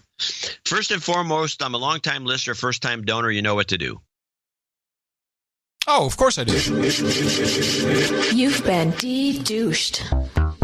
This summer, following my exodus from San Diego to Oklahoma City, I took a traveling position with my hospital. I fly out on assignment on Monday mornings and fly home on Thursday nights nationwide. No Agenda has been the perfect travel companion to combat my boredom in flight. As I listen to your media deconstruction from about 30,000 feet in the air, galvanating across the many regions of this beautifully diverse country that we call home. Special shout out to my brother Jeff, who I know is listening. He hit me in the mouth nearly 2 years ago, and I've been a dedicated listener since then. And to you, John and Adam, Merry Christmas, and thank you for all that you do. Jingle requests, respect, and goat karma. RESPICT. You've got karma. Sir Corwin Underwood in Hamilton, Ohio, $311. $300.11. Forgive me, Podfather. Interesting enough, a little random number stuff going on here. Mm-hmm. Forgive me, Podfather, for I have sinned, just what somebody else said. It's been a long time since I donated. Please accept this executive producership to help sustain the show during the slowdown in donations during the holiday season. If my accounting is correct, this donation, that's what you call those cornball, like somebody doesn't know how to read a prompter. I just read it that way. Yeah, it was good. It was on a different line. What am I supposed to say? If my accounting is correct, this donation makes me a full baron. You have to put him on the list. This is the second one Eric hasn't put on the list. Yeah. But you know, that invoice shows up on time, I'll tell you. Just bitching. Yeah. He missed it. This donation makes me a full baron. I would like to claim the protectorate of all Southwest Ohio. If it hasn't been claimed, I don't believe it. So is it? You can have it. Is it of Southwest Ohio or all of Southwest Ohio? Of all Southwest Ohio. Baron of all. Which I think is the same as Southwest Ohio. Well, he's got it now. Baron of all Southwest Ohio. We're not messing around here with our peerage. Got it. Done. Thank you. Beautiful. Antonio Sanchez Godinez in Madrid, Spain. $250 American. Thank you for your efforts to keep us sane. Need big job karma. That will bring out the big guns then. Jobs, and jobs. Let's vote for jobs. You've got karma. All Let right. us know how that works out. Yeah, let us know how that works out. We may have to redo it to you. I think he asked for a big jobs karma. That's why I brought out the big guns. If it doesn't work, let us know. We'll resend and just do a Nancy for you. Yeah. We'll hit you with a Nancy. I think Nancy's the one that... Well, screw it then. I'm doing it now. Jobs, and jobs. Let's vote for jobs. You've got there you go. You got a karma. double. Now, if If that doesn't work, then I don't know what does. Sir Tim of the Tunnels in Waipahu in Hawaii, $222. With the M5M lionizing the late George H.W. Bush, I was almost certain that I had imagined all the shenanigans he and his administration got down to, or had somehow slipped into another dimension. Fortunately for my sanity, the full-throated roar of Thursday's show cut through the droning of the pundits, and the clips from Democracy Now! Were pure juice, almost too delicious to believe. Thanks for the bi-weekly sanity check. Enjoy the bags of 11s. Can I get some Reverend Manning whooping them with the Constitution and a little girl boom shakalaka and some obligatory goat charma for those who Charma? I don't know Some about charma. I don't know about the little girl boom shakalaka. Yeah. Boom shakalaka, boom shakalaka. Where is the little kid? We got a little kid doing that? Yeah, geez, we used to use it all the time. Well, you make it sound like it's easy. Let's Let's see. Is it this one? Boom shakalaka. No, it's not that one. Anything? Is it this one? Bingo, boom shakalaka. No, that's Manning. We got that one. Is it this one? Boom shakalaka. No. I like that one, though. This is good. Boom shakalaka. We'll have to use that one. And what was the final jingle? Whooping him with the Constitution, boom shakalaka, and goat karma. Okay. Now get out there and whoop him. Obama's behind. Whooping, whooping, whooping, whooping, whooping, whooping, whooping with the Constitution. Whooping, whooping, whooping, whooping, whooping with the Constitution. Whooping, whooping, whooping, whooping, whooping with the Constitution. Whooping, whooping, whooping all of their behinds. Constitution. Whooping. Bingo, boom, boom, shakalaka, boom, boom, boom, boom, shakalaka, boom, boom. We just need cash. You've got karma. I don't know what all that was. That's all I got for you right now. Sorry. Where's that little? I thought we had a little girl boom shaka. Yeah, I can't it's find. It's a very cute jingle. You have to find it later. Okay, well now I have an issue. This is Dame Astrid, Duchess of Japan and all the disputed islands in the Japan Sea. Yeah, this was in that Tokyo, beautiful email. Tokyo. The beautiful email. $222.22. And she says, see the email. I saw the email and read it. Well, you put it in the newsletter. And I put it in the newsletter, but I can't find it in the email. Okay. Then let me go to my Outlook 365. Well, I can also just open up the newsletter and read it. No, I have it here. Dear Adam and John. Actually, it says Dear John and Adam. A small faux pas. Ever since Sir Mark hit me in the mouth in the early 200 episodes of No Agenda, I have fervently been listening each Friday morning and Monday morning, due to the time difference in Japan, to get my dose of sanity. John, your newsletters are always a great tease, but the recent one was just outrageous. Asthma cigarettes and no flies on me thanks to DDT. It's baffling how over the years intolerance of the large gray scale of diverse opinions has grown, and more people feel compelled to simply take sides with either black or white with nothing in between. I was stunned at Tim Collins. Tom Collins' hypocrisy for wanting to welcome all refugees, while Apple itself carefully scrutinizes who is let through their door. A huge thank you for your courage in making the news plain to see to us all. Also, big thanks to all the producers, especially the art and jingle producers, for keeping NA sparkly. Happy festive season to you all, Dame Astrid, Duchess of Japan, and all the disputed islands in the Japan Sea. And thank you, Dame Astrid. It's always lovely to get a note from you, and I agree. I think it was a great idea to put your note in the newsletter. It worked. It really did. Thank you. Big patrons of the show. The last newsletter, the one that went out with her note in it, was also the most popular newsletter. It seems I got more feedback because people just love those animated GIFs. So here I am thinking it's the great letters, the great testimonials. But no, guys shooting off firecrackers on their crotch always beats out intelligence. And you worry about AOC being stupid. Come on. That crotch one is the one that was that got me. I like I like the guy who drinks the burning liquid and then spills it on, and then his face is on fire. That's my favorite. There's a bunch of other guys, and my favorite part about that one, the guy's face is on fire, and so his friends are about to help him, but the one douchebag in the front, near the front of the camera, has to take one last drag on his cigarette. Hold on, bro. I'm coming, bro. Hold on 1 second. You all right? And he spanks him with a towel in his face. It's great. Just love that. Yeah, these are the people who, of course, these people will believe in global warming. Hello, they're setting their face on fire on purpose. They're setting their crotch on fire with firecrackers. Hello, crotch. The true money shot. That was a good one. Michael, and by the way, this is the reason you want to subscribe to the newsletter. People keep, it's just asking for money. Michael Helb, parts unknown, $200.15 will be a last associate executive producer, and he wraps things up with NJNK. Thank you, Michael. Beautiful. Thank you all so much. This has been a fun donation segment today. Lots of good stuff. We love the notes. Not too long, to the point, and often hilarious. And some just tugging on the heartstrings. Thank you, Dave Masterton. Thank all of our producers here, executives and associate executives alike. These are, of course, real credits. You can use them anywhere credits are recognized. Display it proudly.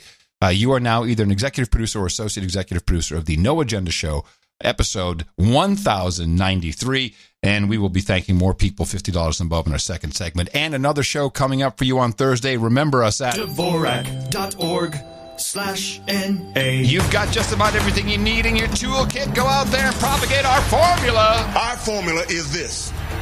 We go out, we hit people in the mouth.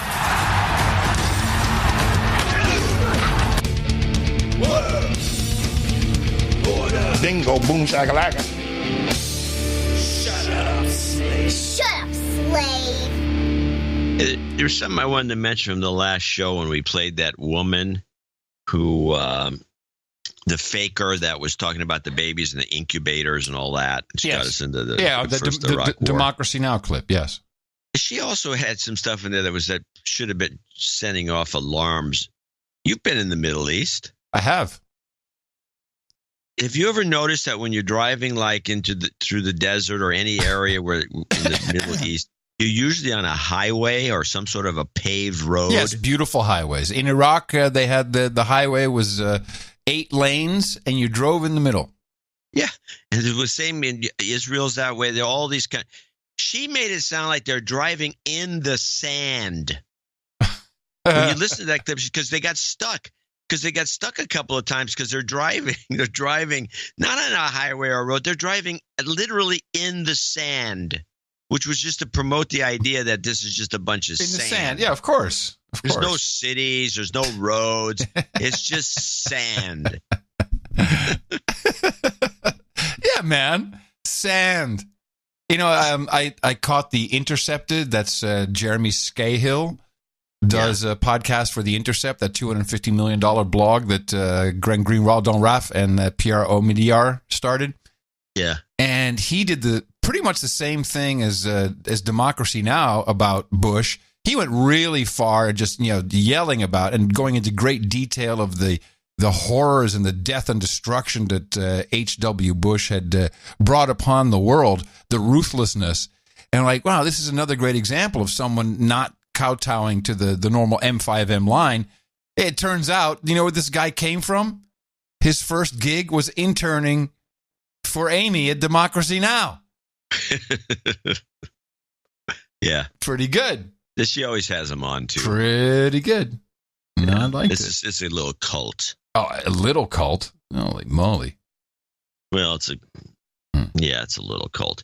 So we have, it looks like now Trump is going to change a bunch of people out, that doesn't surprise me after it's the end of the year. It's the end of the year. It always happens at the end of the year. You kick some people out. Now, I don't have a rundown on the number of people, but we do have and I have all these little rundowns by the El Sindor woman on the main people that are leaving, and I would like to play them so we know, because for example, Mark Miley, the guy who was Army Chief of Staff, the top guy. Oh, the Joint Chief? No, he's not the Joint Chief guy. He is the Army guy. Oh, but this is the guy you like. Yeah. You like this guy. Yeah. I do like this guy, and I have a couple of. I brought some of his old clips back. Okay. Because he's the one who gave that slightly long. It's a 3-minute 23-second clip on the world order. I don't necessarily want to play it right now, but it looks like Tillerson. Well, Tillerson's been gone for a while, but they're going to bring in Miley, and then they're going to move over Heather Nauert. Nauert. Her name is Nauert. Yeah, Nauert. Now, I want to play this clip about her by El Sindor, because the mainstream media has gone after they're going after her. Oh, yeah, because she's one of them, you see. She was a Fox News babe, although she's very accomplished in her own right. But she has no – does she know about politics? She's just a spokeshole. She doesn't know nothing. This was a revealing clip because it's as if Alcindor did a very good job of running, giving a rundown on her, but she never threw in that she doesn't know it. She's not.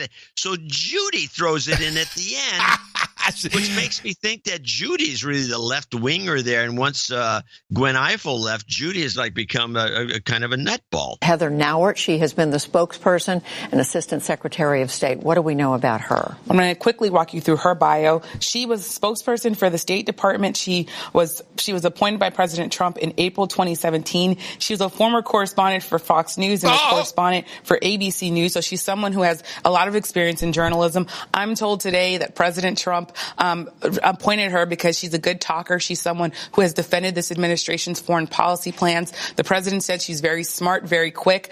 People I've talked to say that she is someone who could talk, who could really come up to speed on the UN's dealings, that she could do the outside job, which is giving speeches, and that she could rely on her staff as much like Nikki Haley did to talk about other countries and get them to really support the things that the United States wants them to do. But no significant diplomatic experience. No significant diplomatic experience. You throw that in there. How can they be mean about a woman?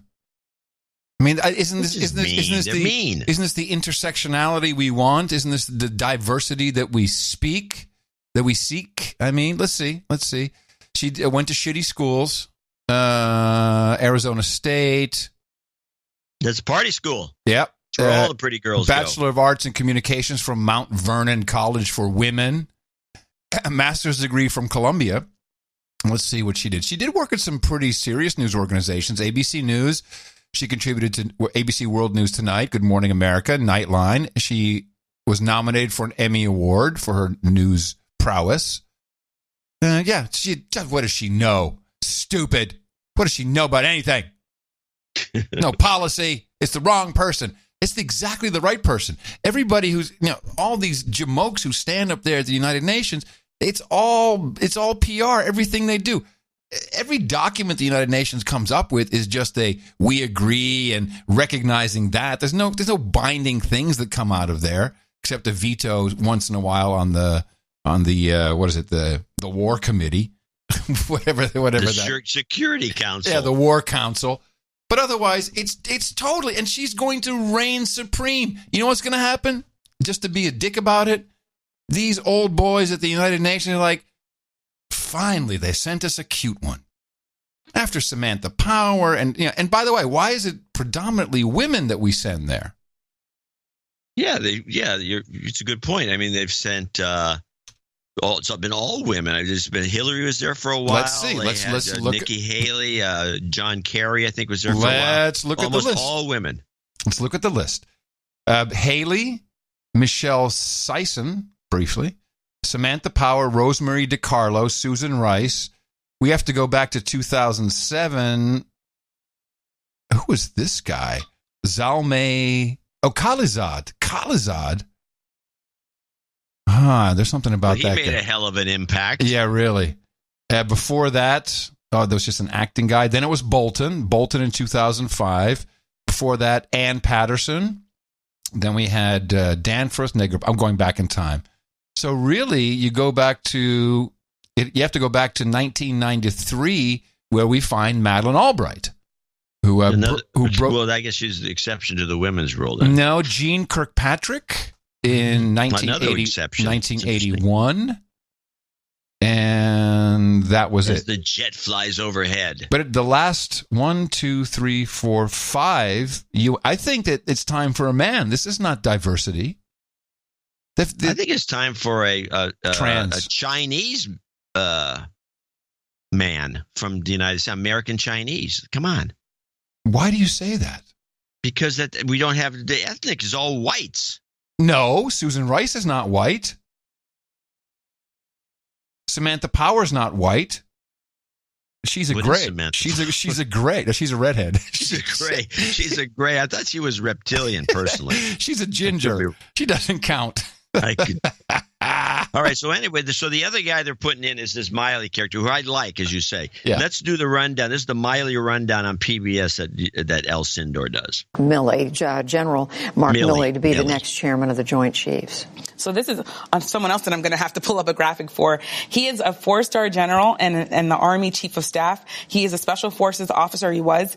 He commanded troops in Afghanistan and Iraq and Korea. And the people that I talk to who know him very well say that he's someone who's very blunt. He's someone that once he figures out that he's right or thinks that he's right, is someone who's going to push for his point of view. That, of course, could mean that he gets along with President Trump, who also is someone that's like that, or that he could butt heads with the president instantly. I'm also told that he really likes to deal with troops. He likes to visit troops. I talked to someone who spent time with him in Afghanistan, and he told me a really funny anecdote. And that anecdote is that he went to visit French troops, a French battalion, and they prepared baguettes, which are traditional French bread, for him. And when he bit into this baguette, his dentures got stuck in the bread. And the troops were saying, "Oh my God, we're so embarrassed." And he said, "It's okay, troops. I sometimes carry a spare pair of teeth with me." So he's someone who's really down to earth and who is beloved in a lot of ways by troops. So he could be someone who gets along with the president. He may need that sense of humor. Some riveting analysis of the war prowess of this man. Oh, God. Well, I think the connection is the false teeth. Yeah. Trump. So they're all buddy-buddy. Like, how about you then? They go to this. They go into a room and like, hey, bro, can we? Yeah, let's just do it. Oh, it's so nice to talk without my dentist. No one else can listen to me. That's pretty poor. If we want, we can listen to Miley's. This we played on the show about almost 2 years ago. Miley's report on the world order and how it works and what we do and how we fit into the scheme of things as a country. I think it was one of the best analyses anyone's presented, and it's right from the horse's mouth, the guy who has to implement it. I think this is extremely important. I recall us both talking about it, and I'm happy to give it another whirl. You heard Myra talk about the Army. We don't have a small Army, but the question on size of forces, Army, Navy, Air Force, Marines, it's a relative question. It's not an absolute question. It's a question of what do you want it to do? How big do you want it is relative to the tasks you want it to do. The United States military is a global military, and we have been for sure since the First World War, and with absolute certainty since the Bretton Woods agreements at the end of World War II, which established essentially the international order, the rules and regimes by which the world runs today. So for 7 decades, the world has had a certain set of rule sets, emphasizing things like free trade, international commerce, things like democracy, the quote-unquote liberal world order, things like human rights, and there's a whole wide variety of things out there. And then you've got institutions that it rests upon, the United Nations and the World Bank and the World Trade Organization, all these things that were developed many years ago. And that is essentially what people very quickly refer to as the world order. One of the significant roles of the United States military for 7 decades has been to enforce that world order, to maintain it, to maintain its stability. And that's in our interest because in the first half of the last century, there was a bloodletting unlike any that had ever occurred in the history of mankind. So between 1914 and 1945, 100 million people were slaughtered in the conduct of war. And that's a horrible, horrible nightmare. My mother and father both served in that war. My mother in the Navy and my father in the Marines. And he at the beach at Iwo Jima where 7,000 Marines were killed in 19 days, 34,000 wounded, 22,000 Japanese killed on an island that was 2 miles by 4 miles. There were millions of Chinese killed in battle and murdered. If you want a real trail of tears, go to Eastern Europe and see what happened in Belarus and Ukraine, Latvia, Lithuania. It's horrific. 9 out of every 10 Jews that lived in Poland weren't alive in 1945. 1 out of every 3 males that lived in the Ukraine or Belarus were dead by 1945. It's a horrific picture that occurred. And those people who were in leadership positions in 1945 said never again. We can't keep doing this. This is insane. They said the same thing in 1815 after the Napoleonic Wars, and they set up the Concert of Europe. And that worked well for 100 years, for 1 century. They kept a long peace in Europe, more or less. There were a couple of minor flare-ups, the Crimean War and the Austrian War and a few other wars, but there wasn't a continental-wide war until 1914. So we tried again in 1945 to set up a system that would try to maintain global peace and prevent war between great powers and great powers states throughout the world. That system is under stress, intense stress today. That system is under stress from revolutionaries and terrorists and guerrillas. It's under stress from nation states that don't like the rules of the road that were written and want to revise those rules of the road. That system is under very intense stress. And we're at 70 years now. And that system has prevented great power war similar to what occurred in the first half of the last century. Now, before you continue with your presentation, I would like to play a clip that fits seamlessly with this, which is why I'm happy you brought it. This is RT with their current version of what Russia, this is them pushing back on the nuke treaty, what they view as the New World Order today. It is time for change, time for the old ways to die, time for a new, undisputed leader, a new American world order. Our mission is to reassert our sovereignty, reform the liberal international order. Pompeo. The central question that we face is the question of whether the system, as currently configured, as it exists today, and as the world exists today, does it work? Does it work for all the people of the world? The old ways are out of date. The United Nations is useless, incompetent. The IMF is obsolete. European Union, pointless. All these international organizations, unions, treaties, and agreements, they only hinder America. They tie its hands and cripple its power. The logic is sound. Wouldn't we all be better off if we just let America rule? America intends to lead, now and always. The Intermediate Range Nuclear Forces Treaty. Russia is violating it, says America. Others aren't bound by it. It hobbles, limits the United States. And Washington's policy requires, it seems, more nukes, bigger nukes, faster nukes. One country in the world is bound by the INF Treaty, us. China's not bound by it. Iran has an extensive IRBM capability, but we have global responsibilities in Asia and the Middle East. We have to be responsive there, too. International democracy has failed. Alliances have failed. Nations cannot tell right from wrong. Everyone wants a say, but why let them? They no longer know what's good for them. America is good for them. This is what President Trump is doing. He is returning the United States to its traditional, central leadership role in the world. And so, it seems, we enter a new age.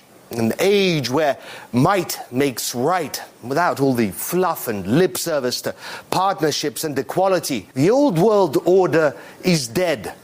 Welcome to a new American age. I like those two back to back.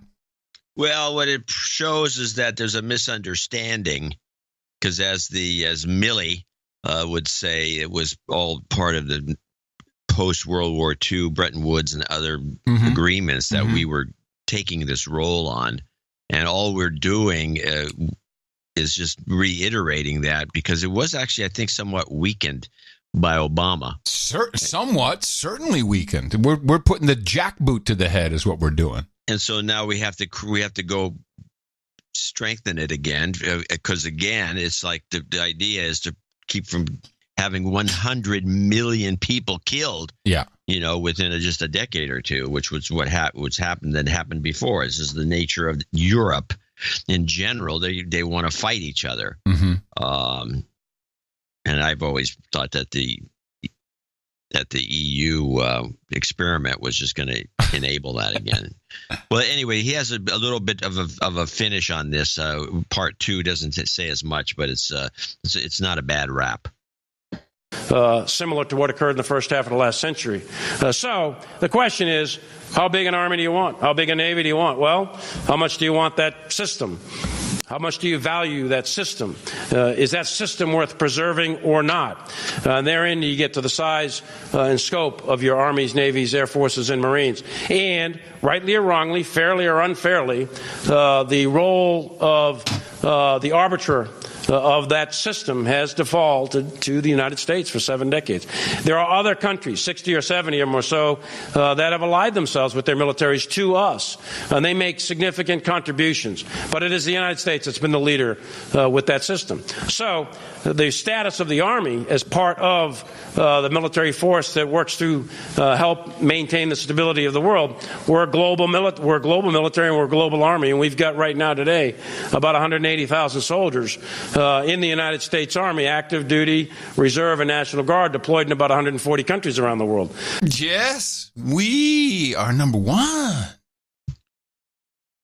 So it remains to be seen how well this guy will get along with Bolton, who seems to be just some sort of a troublemaker. And even Trump, who's always bitching about all these soldiers we have stationed all over the place, although I think he's softened his position on that. Yes. This is going to be an interesting situation with this guy being the head of the Joint Chiefs of Staff. No, I don't know what kind of decisions he'll make. We'll see. I have no idea. Yeah. Listening to all this, something just hit me about the true fallacy of the Green New Deal.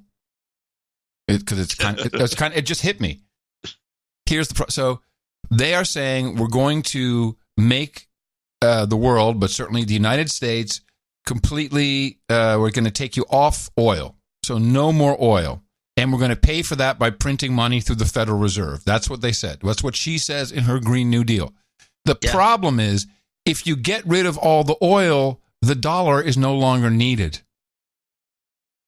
No, this is a subversive, the whole Green New Deal, and in fact, the entire global warming propaganda that you mentioned was foisted on the children, is an attempt to destroy the country.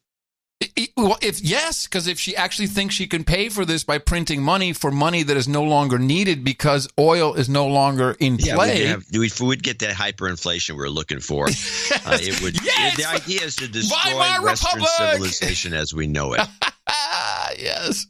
No, I've always thought she was subversive, and I mean the fact that they're proud of the word socialist within their their moniker, Democrats, Socialists of America, whatever they call themselves. It's a subversive operation designed to kill the country, reset everything, and put them in power. You're right to even reset the balance.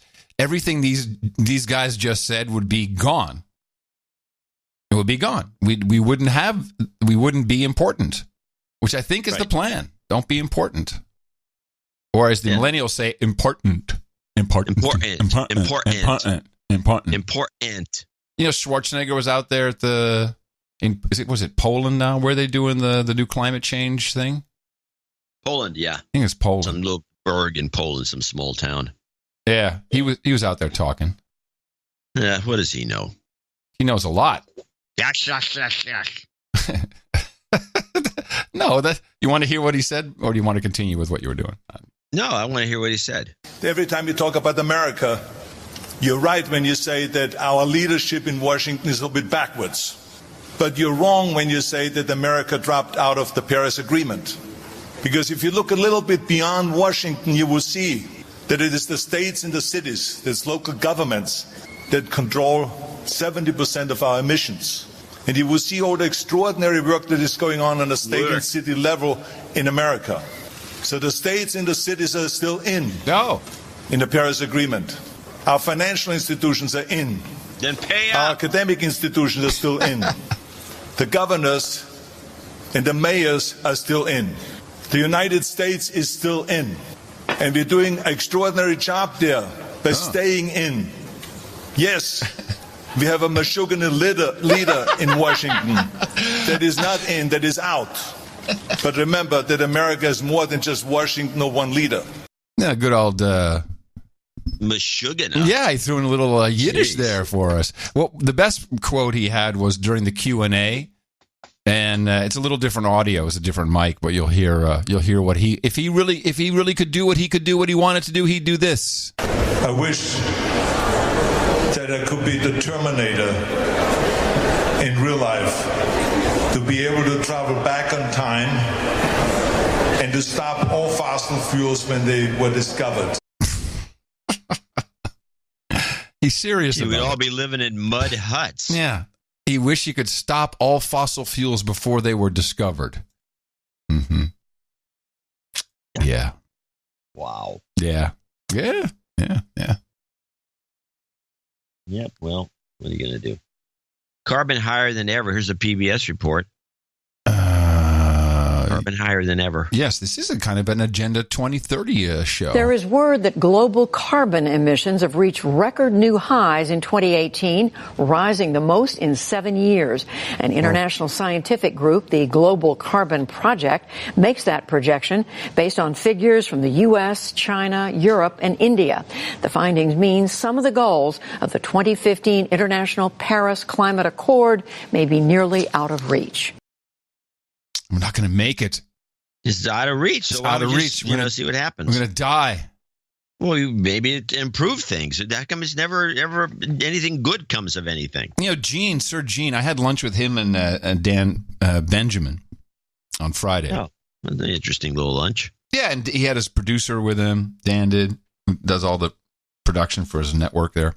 And I don't know, I kind of hung back on this conversation, just listened, but Gene was talking about the dinosaurs, or those two, they're nerds, you know, they were talking about some show or something where, you know, maybe it was Jurassic Park 18. I don't know what they're talking about. But Gene said, Gene's a reptile nice setup. guy. Yeah, Gene's a reptile guy. He's got the big snakes and everything. Oh, yeah. He knows all about reptiles. He says, actually, the problem we have today is we don't have enough carbon dioxide. He said, we don't have enough. We need, in order to have more oxygen, which could sustain dinosaurs because their lungs are so big, there's literally not enough, I'm paraphrasing, there's not enough oxygen components in the air that we breathe to keep the dinosaur alive. That's the difference with back when the dinosaurs were around, because the CO2 levels were incredibly high, everything was incredibly green, and the Earth was a great place except for the dinosaurs. So his thesis is we need a lot more of CO2. If we had more CO2, it would be greener. Yeah, we'd have more trees, and the trees give off, what is that stuff? Oh, yeah, oxygen. Yeah. Yeah. This is not an unknown thesis, by the way. This has been presented before. I say Gene for climate czar is what I say. Crank up the CO2. Before we go to a break, just a quick note about our model, which is the value for value model. We've always seen the way to run this type of media experience as something valuable, try to do a bang-up job, create an outstanding product, and have people participate in the product as producers. No one's a listener. You're a producer by contributing to the product itself, but also by financing it. And we early on saw or learned very quickly that it's much smarter to say, what is it worth to you? Send us that amount, and help people understand the differences in, or what value of time is. Or value of entertainment, time spent. What kind of laughs did you get, or what did you learn? And that's worked well for us. When this model started to spread, things came along that intermediated this proposition, where we have pretty much three ways you can contribute financially to the show. One is through PayPal, which you can do with a credit card or your PayPal account. The other one is through checks. What's the P.O. box again? Yeah, you can send a check to Box 339, El Cerrito, California, 94530. You can rewind that if you want to hear it again. And people like doing that. And if you send a check, sometimes you can send a little note or something like that. Most of the checks do come through the banks, though. So people go to a bank or a credit union or one of the online payment systems, and then they sign up there, and then the check is mailed from the bank. A lot of credit unions do this, or even sometimes Pop Money. You can get money that way, too. Right. And that goes to the post office. I mean, a lot of it goes to the post office box, piles of checks in a little envelope from a bank. Or a Pop Money goes straight into the bank itself, and that comes out of a credit union, too. There's ways of doing it. And I'm always baffled by the fact that people aren't doing it that way, and instead are using a third party to do this. I mean, we use PayPal as a third party, so you're taking one remove from even that. It doesn't really make a lot of sense to me. Yeah, and this is what happened with Patreon. I think we said, "Hey, great idea. Love what you're doing. Love the transparency aspect of it. You know, we have our own transparency. We give everyone's name and the amount that they donated. I think that's pretty transparent. We publish that information." But Patreon was putting a piece in between it, as you say, and we from the beginning said this is not a good idea. You also can't receive checks, and it's just another place for you to get cut off at the knees, which appears to have happened under the control of MasterCard, who is their payment processor. And I'm referring now to the deplatforming from Patreon of Milo Yiannopoulos. And he I thought there was more than just him. I thought they've deplatformed about 5 or 6 people. They already did Alex Jones. Oh, yes. No, there's several of them. But the reason, and they sent him an email, the reason he was deplatformed because of his association with the Proud Boys. Yeah. So, and it doesn't even specify, I think it even says your association in the past with Proud Boys, who... have been falsely called some marginalized group. I'm not even too familiar with them. Well, this is Gavin McInnes. This is the guy who started Vice, exactly. And they were very quickly by the Southern Poverty Law Center, who work with the FBI, deemed as an extremist group. Although the FBI, that's been reprinted. It's kind of like 97% of scientists agree. The Proud Boys are an extremist group. They're racist. They're Nazis, etc. I think there's enough evidence to show that they're not. But I do want to go back almost a year to show you what this kind of pressure, and I'll say pressure, this also comes on the heels of the God. The Pope, Tim Cook, the Pope of Silicon Valley. And make no mistake, he is the Pope. Because, when you've got your app, your Patreon app, and that's how people use Patreon, they use the app. When that's on your iPhone and the App Store, you do not want to get into trouble with the Pope, with Pope Cook. So you have to do things. You have to make sure it's obvious that you're on board so you don't get deplatformed. That's what's happening, because here is the CEO of Patreon just 7 months ago, speaking with on the Rubin Report, Dave Rubin, about the creators, and this is another thing that pisses me off.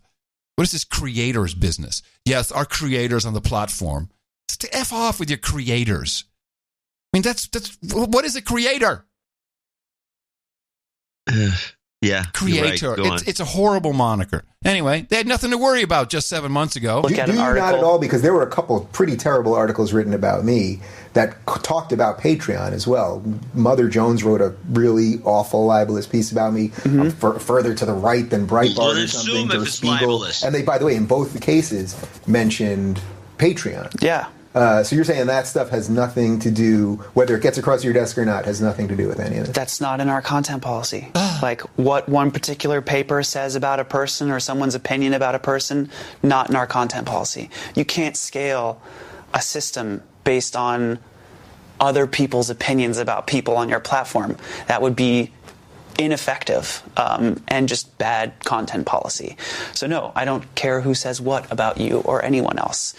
We care what you do, right? We care what the behaviors are that are or are not against the content policy. And by the way, gosh, one thing I feel like I just have to say, I want to send this, that's why you're here.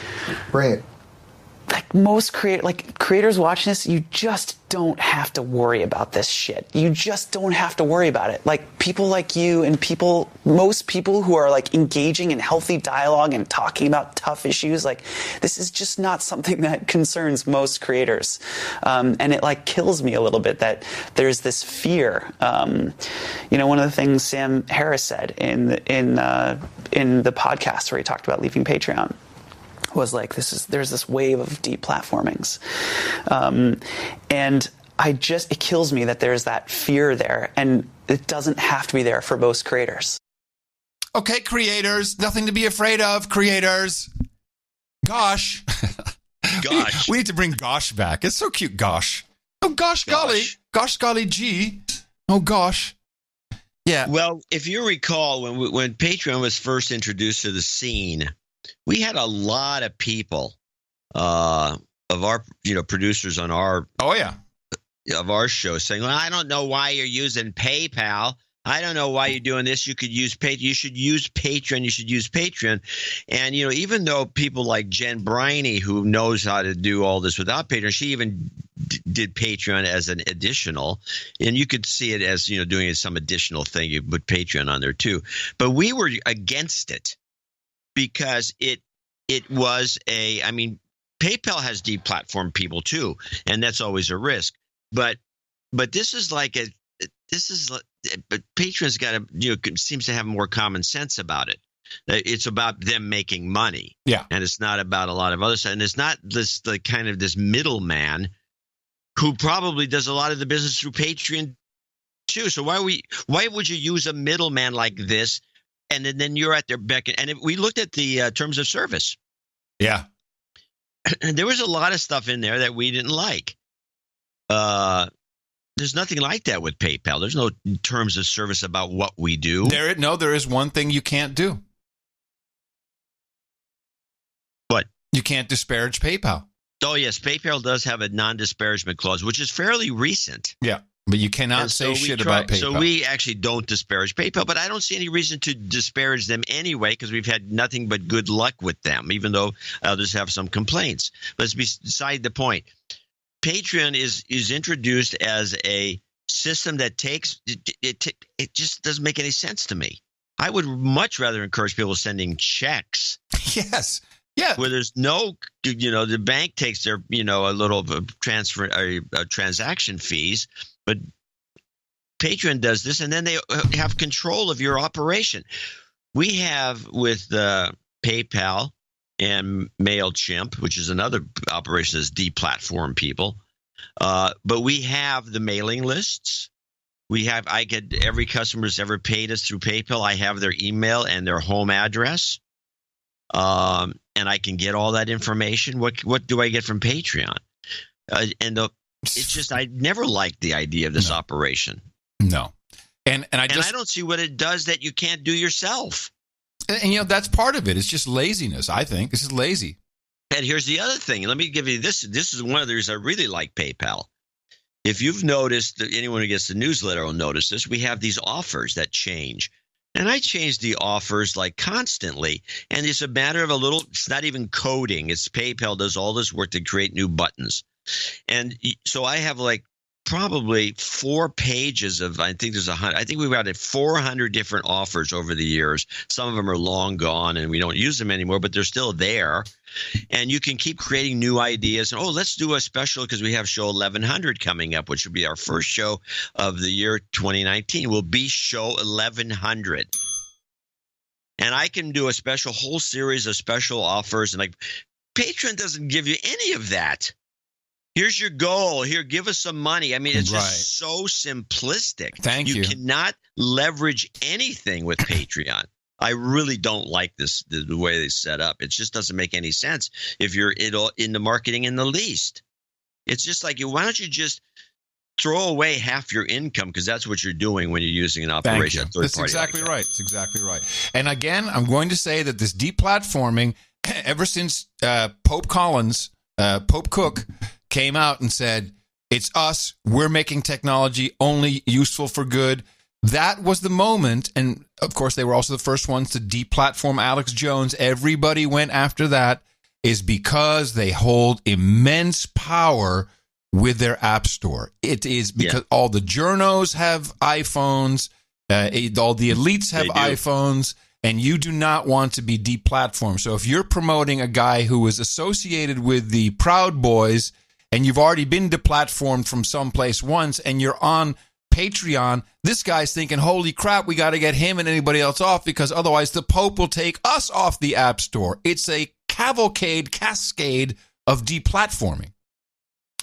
And so you think that Patreon is shaking in its boots? Yes, of course they are. Their app is incredibly important to their business. They need to, people use Patreon, I think, through their app. I'm pretty sure. You're probably right. And they can't have that association. I really never understood why people wanted us to use it. But I think it's because there's a certain kind of I'm on Patreon. Let me click. I'll give these guys $5 and these guys $1, $5, $4 to them. In fact, we make donating hard. What's our donation URL? Is it donate to noagendashow.com? Is it noagendashow/donate? No. It's Dvorak.org/NA.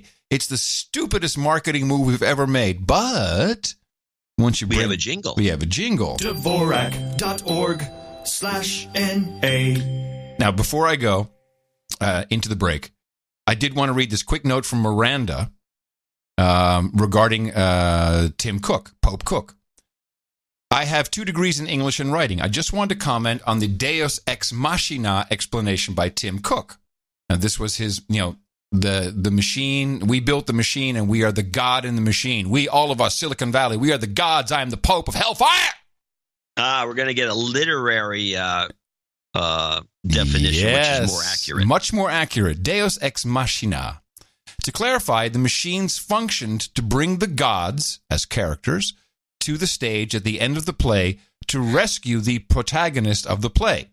However, what's interesting to me and what Pope Cook did not mention is the impossible situation the protagonist was being rescued from was usually the violent undoing or murder of all the supporting characters. It's called deplatforming now. One of the most famous examples in Medea being rescued by Jason's chariot after she slaughters all of her children. I thought it was interesting and possibly ironic that he was framing his analogy in a benevolent light when the tradition usually revolves around horrific acts and total destruction in the world in which the play takes place.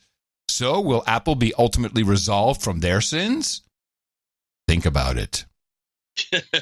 Thank you, Miranda. I'm going to show my support by donating to No Agenda. Imagine all the people who could do that. Oh, yeah, that'd be fab. Yeah, on No Agenda in the morning. And indeed, we do mention the people that give us help and support the show and produce the show. In fact, twice the show. Kimberly Davis at the top of the list here in Enid, Oklahoma, $133.33. She needs a de-douching. You've been de-douched. I'm going to read her note. She's going to want some Nancy Jobs. Carmen will put that at the end for her. Currently in pilot training for the U.S. Air Force in the 33rd Flying Training Squadron. Boom! Send pictures. 2 more graded flights till I find out what's next for me. Thanks for the great show. Adam, I will email you next time I bring a jet down to Austin. Oh, are you kidding me? Yes. Oh, wow. Cool. Sir Arthur Gobbets, hugger of kitties. Gobbets. $123.45. He's got a birthday coming up, and he needs some jobs. Carl put that at the end with Kimberly's. Carl Schneider in Lake Bay, Washington, $109.20. Says, oh, Gobbets was 1, 2, 3, 4, 5. By the way, he did say that show 1092 is probably one of the best he's ever heard. Oh, really? I think it was one of the best we've done for about a year. Huh. And I gave it a high rating in the family. You gave it an A- in the family. Yeah, the family got an A-, which is the first, which is very rare. Yeah, families are rough on us. Tex, 8008, Boobs in Richmond, Virginia.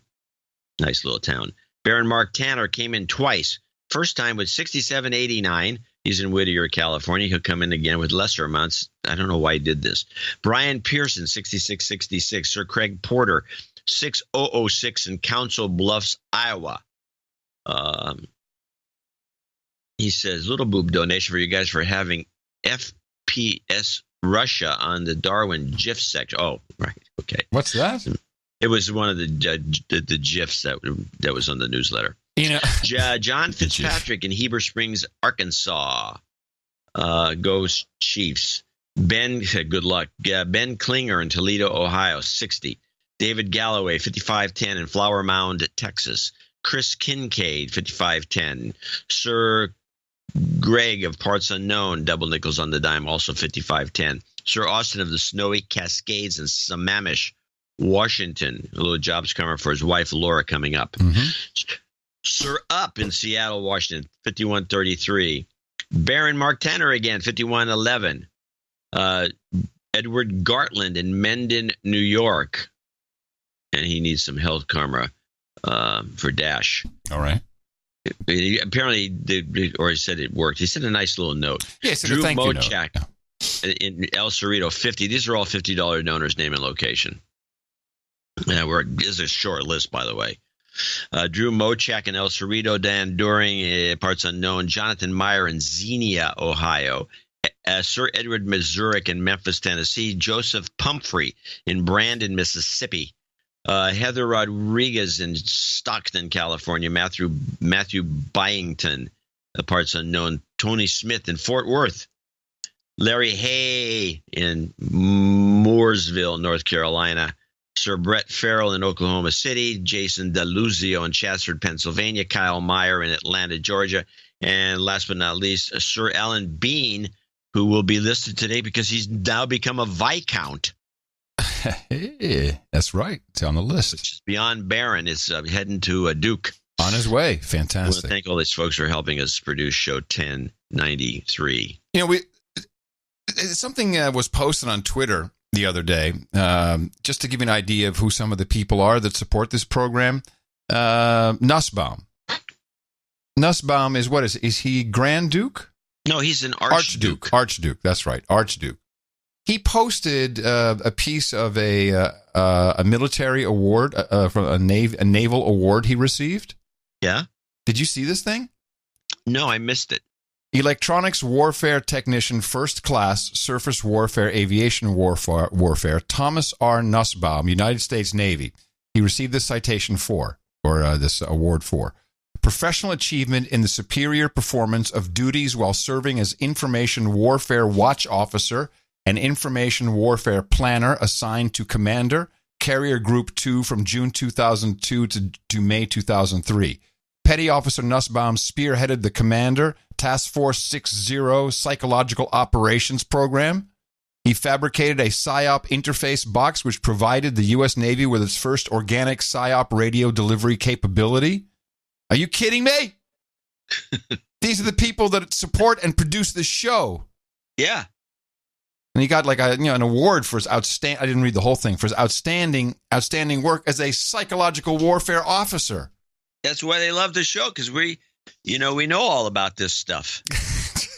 Not us, but Nussbaum sure does if we ever need him. Well, Nussbaum for sure. Hey, thank you, everybody, for supporting the program. Nussbaum. And thank you, everybody who came in under $50 for reasons of anonymity, or if you're on one of the subscription programs, check them all out and support the work for our Thursday show at Dvorak.org/NA. Multiple karmas requested. We got some health. We got some jobs as well. Jobs, jobs, jobs, and jobs. Let's vote for jobs. You've got karma.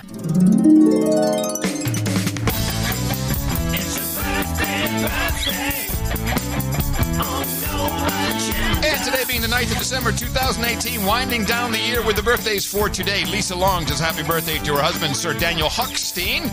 Celebrates on the 21st of December. Sir Sean of Slovakia will be celebrating on Tuesday the 11th.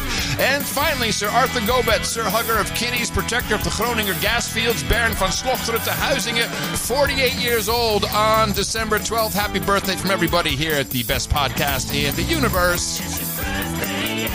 Then we do have a Daming. Very nice. She gets the stage all to herself. Hello? Here you go. I got it. Okay, good. Illuminatia! She made it with her 33s all the way to the No Agenda Roundtable of the Dames and the Knights. We are proud to have you here, and I am very proud to pronounce-icate you, Dame Illuminatia, Dame of the No Agenda Roundtable for you, as requested, roller skates and breakfast burritos. Also, some hookers and blow, Rent Boys and Chardonnay. We got warm beer and cold women. Single malt Scott. We have Dame Elise limoncello and salmon, rabbit meat and goat milk, red eyes and rye, harlots and haldol, pepperoni rolls and pale ales, organic macaroni and plasticizers, ginger ale and gerbils, bong hits and bourbon, geishas and sake, Rubenesque women and rosé, and of course, mutton and mead. It's a staple at the round table. Go to noagendanation.com/rings and hand over all your details on your ring finger, and Eric the Shill will get that to you as soon as possible. Come gather round, douchebag, producer and slave, as we all thank your brothers and sisters who gave, and some of them knights, some of them dames, titles are a change. Title changes for today. Sir Alan Bean, as you just heard earlier, now takes on the royal role of Viscount, and Sir Corwin Underwood becomes Baron of all Southwest Ohio. Congratulations to them, and thank you again for your courage and for support of the work here at the No Agenda Show. It is highly appreciated. And we're back. We are back. Yes. A couple of little just side things. They got the Kevin Hart story, which I think is funny. It's funny in a very sad way, but yeah, this is his tweets from 2009. Yeah, where he was. There's a lot of them. I have a bunch of. And my question is, were they funny in 2009? They might have been. I don't know if the word fag was funny back then, or his role in the comedic realm made it okay for him. I'm sure in context it was perfectly fine back then. I don't know if it was. I do have the story of him being bounced, and I do have a part of his gay bashing stand-up routine. Yeah. Which one do we do first? Which is kind of what his tweets were like. It was pretty. The stand-up routine seems pretty mild. I think Eddie Murphy had more gay bashing material. Yeah. Than this guy. But let's play the background so we can get this. This is a little what do you call it? The real news segment. Kevin Hart bounced Oscars. And the host of this year's Oscars, Kevin Hart, has stepped down following public outcry over his past homophobic tweets. Most were posted from 2009 to 2011, and some were deleted. Last night, the actor and comedian tweeted that he didn't want to be a distraction, and he apologized for, quote, insensitive words from my past. And now, back to real news. There it is. So most of it would be, I think most of his gay tweets or anti-gay tweets are just gay. I don't know what to call them. They're just snide comments. But this pretty much based on this little segment from one of his stand-up routines, which has been reposted on most of the stories about this. I got a lot of fears, man. I got a lot of fears as a parent. I'm going to tell you guys one of my biggest fears. One of my biggest fears is my son growing up and being gay. That's a fear. Keep in mind, I'm not homophobic. I have nothing against gay people. Be happy. Do what you want to do. But me being a heterosexual male, if I can prevent my son from being gay, I will. Now, with that being said, I don't know if I handle my son's first gay moment correctly. Like, every kid has a gay moment, okay? Every kid. But when it happens, you got to nip it in the bud. You got to stop it right then. Hey, stop! That's gay! It's quick. No! I don't know.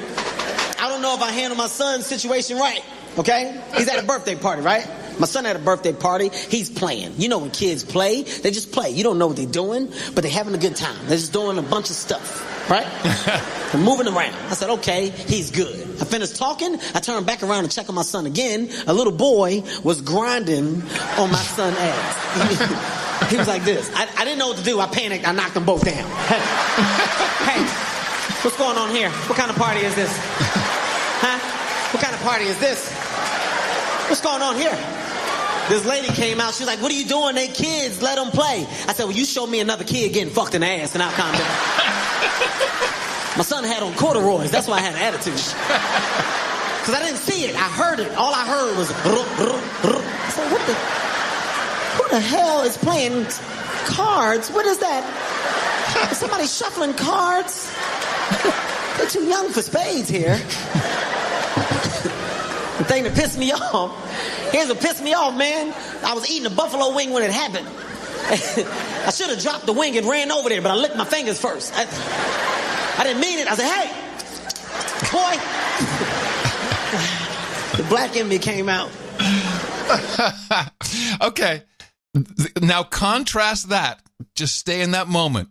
Not even 10 years ago. Contrast that with this piece about Joanna Olson. She is from the Division of Adolescent Medicine at Children's Hospital Los Angeles, and she does research on transgender youth. And you will understand why Kevin Hart is not hosting the Oscars. The research that I do, in addition to the clinical work that I do, is really involved with understanding what these young people experience. What is their experience as a young person who doesn't feel like they were born in the body that matches their internal sense of their gender? There's astounding rates of suicide attempts among trans youth. So about 50% of trans youth have attempted suicide by the time they're age 20. So this is a serious public health implication. So for those young kids who are starting puberty and have strong gender identities that don't match their bodies, those young people can really benefit from not ever going through the wrong puberty the first time. In older kids or adults who've already gone through their endogenous puberty, those young people have to go through a second puberty.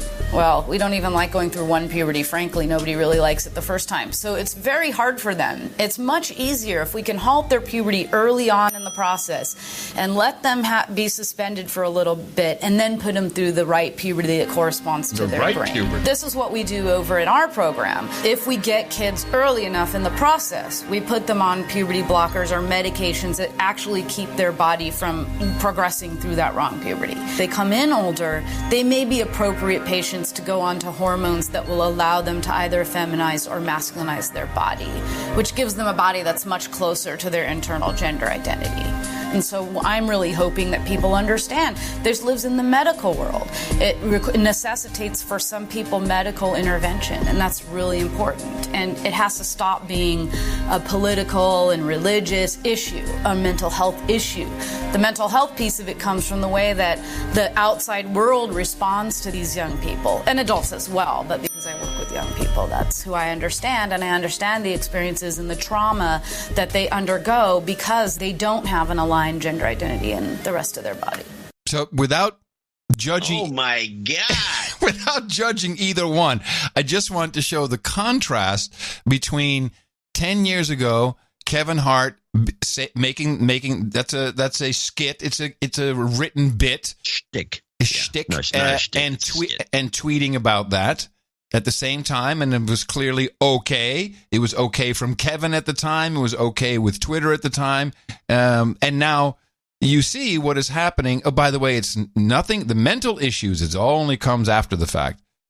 Two doctors seriously telling us that's a good idea to administer drugs to delay puberty so the child can go through the right puberty and not the wrong puberty. That clip almost made me ill. I'll give you a clip of the day, by the way. I'll take it. I think it's deserved because it's insane. Clip of the day. Child abuse is what I would say. I would say it's child abuse.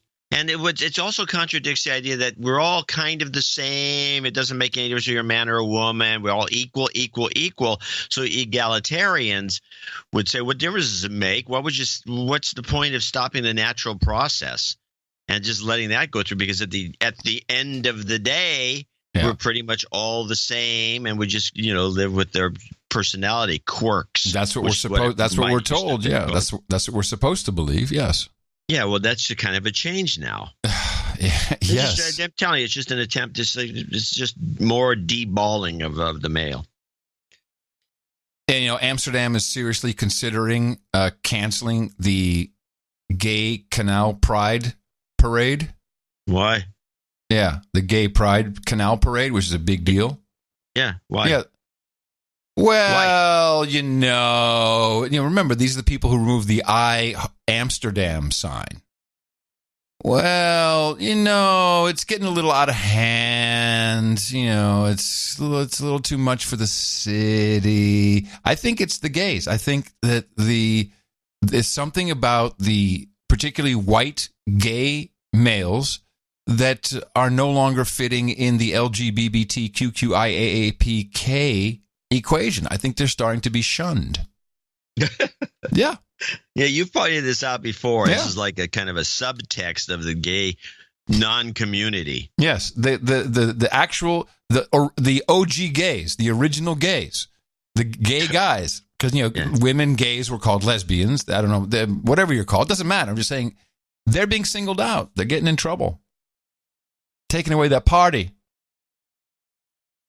Two things I want to get out of the way because it's important. Okay. One is the Huawei arrest. Yes, thank you. Let's do that right now because I knew you were going to be on it because you promised that in the newsletter, and you actually were, which is fantastic. tell me all about it. I promise more than I deliver usually, but I've not focused on it. Let's play this clip. A Chinese telecommunications executive is facing multiple fraud charges in the United States for allegedly violating U.S. sanctions against Iran. Huawei's chief financial officer, Meng Wanzhou, was arrested on Saturday in Canada at the request of the U.S. Today, she appeared in a Vancouver court for her bail hearing. Her arrest sparked fears of an escalation in a trade war between the U.S. and China. Huawei is the world's largest supplier of phone and internet technology. U.S. intelligence agencies have accused the company of spying for China. Okay.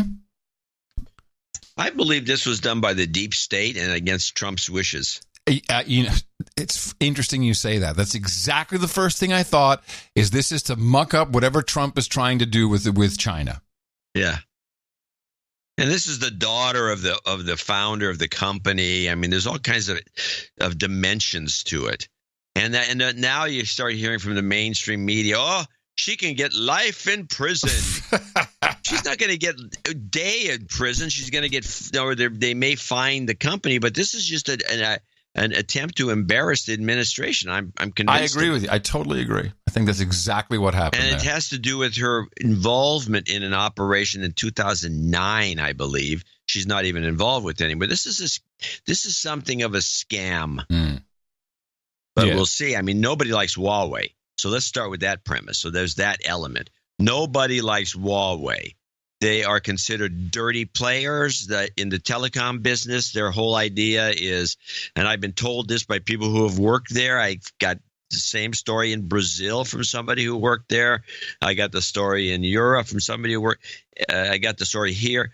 Here's the way they do it. They got a couple of guys spying on Ericsson. Right. Ericsson goes into a company Z, and makes an offer about some big telecom deal, and then they leave. Boom. The Huawei people go in and they say, what did Ericsson, what was their price? We'll cut it in half. What did they would offer? We'll do half. We'll do half. We'll do it for half the price. And that's their whole business model. That's their business model. Yes. Which is following around Ericsson salesmen. Right. So there's some belief that maybe they have some back doors, but I actually don't believe that. I think people are just irked by the fact that their business model is so sleazy. Well, isn't that kind of what China does, just in general? I think so. Yeah. But these guys are really good at it.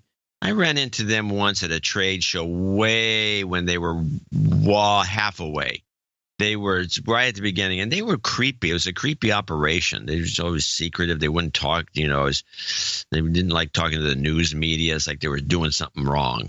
So they have a guilty conscience. But they apparently make a nice smartphone. I think it's one I'm going to get when I upgrade. That's what all the Europeans are buying Huawei phones. They're really moving away from the iPhone, at least just in the general population, the popular kind of thing that's going on.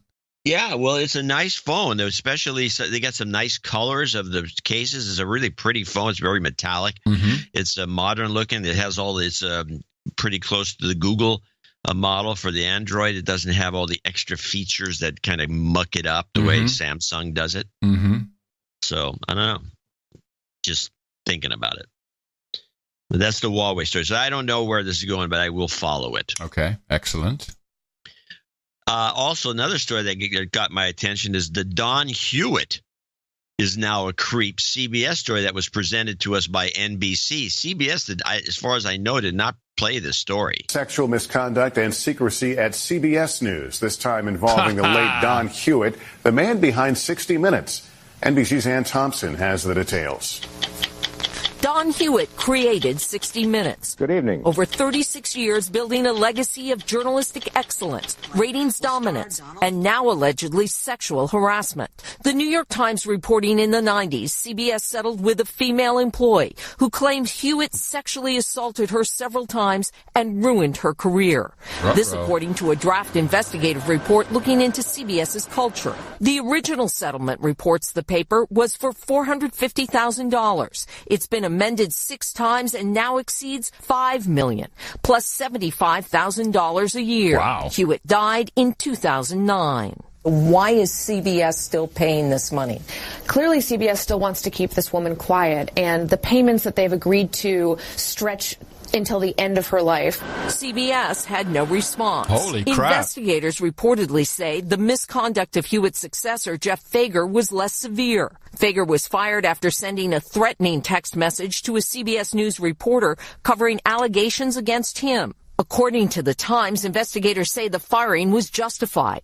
Fager said he was only demanding fairness in coverage and regrets how he did it. Still unknown who will be the next leader of CBS's legendary broadcast. Ann Thompson, NBC News, New York. Wow, what a hit piece. And what a great story. Kidding. What a story. Gets paid until the rest of her life. That's like the lotto. What a win. Ruined her career. Who cares? Ruin mine, please. That's crazy. I wonder what happened. That's 450. I wonder what happened, and I wonder who this is. And now the way they presented the story, it's like we have to find out. But I don't know if we can, because it's really under lock and key. Hewitt? Didn't he kill the anti-tobacco story on 60 Minutes? Wasn't that him? I think it may have been him. Yeah. Huh. Oh, what the heck did he? And why is this coming out now? What is the point? This is an NBC hit piece. Right. These networks are now, but they don't care about the victim who has, been carefully kept quiet, and she's gotten her due for sure. For her career being ruined, she has income for the rest of her life. I mean, I don't know what happened. I'm just going on the facts. Sounds like okay, and then why? Why are we going to do this just to make CBS look like crap because they don't have a? Now that Moonves is gone, and Moonves, it's like kicking CBS when they're down. Well, you might as well. What am I saying? Of course, maybe the only shot you have. Way to go! Perfect.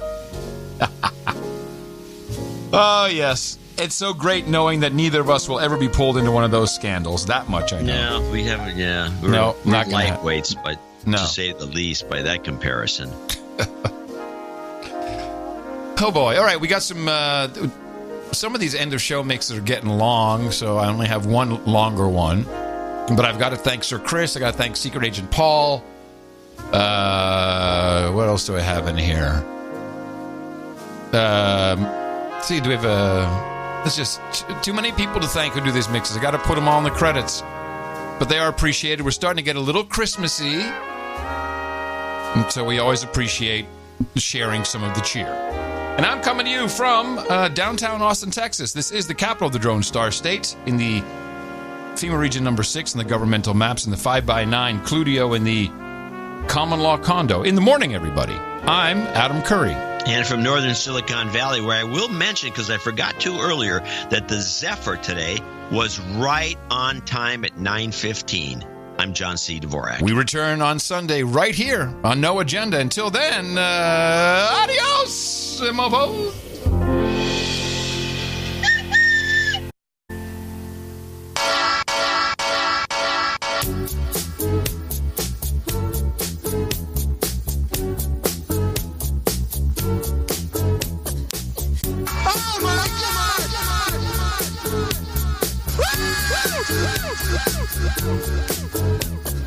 Listen to that horn!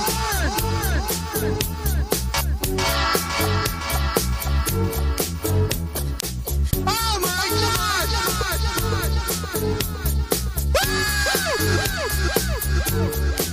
Listen to that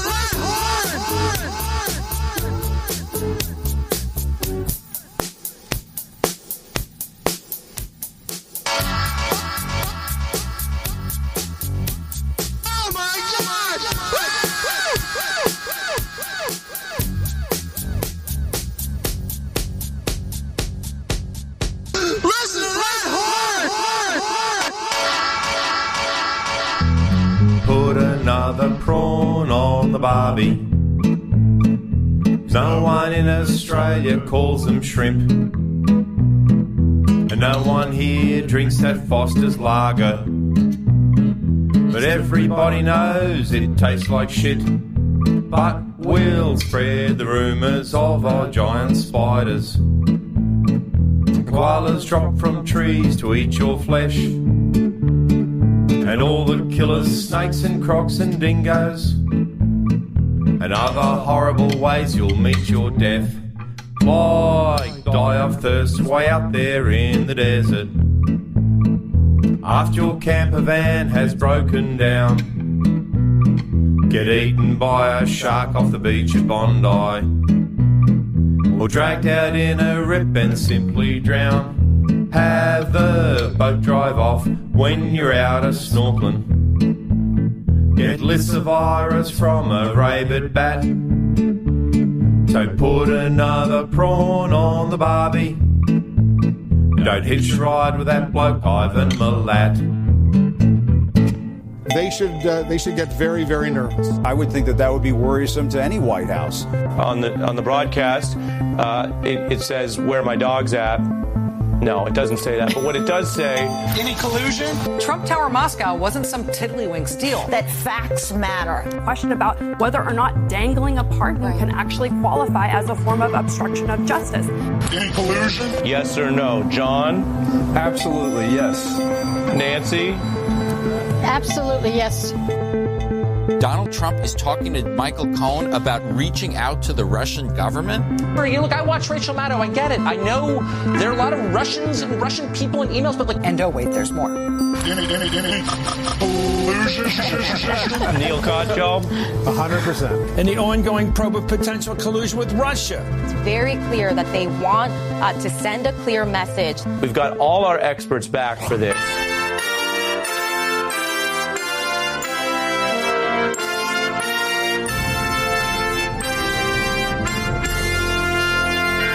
Oh, come, all ye douchebags, the lie in the morning. Oh, come ye to Adam and John.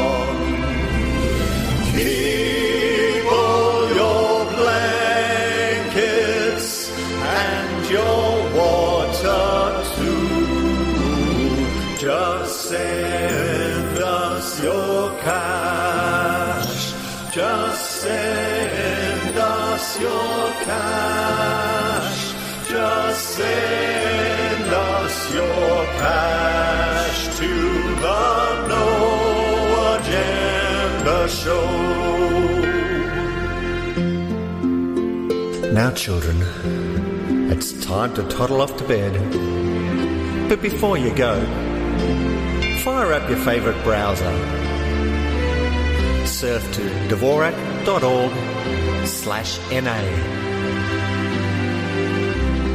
Click on the yellow donate button.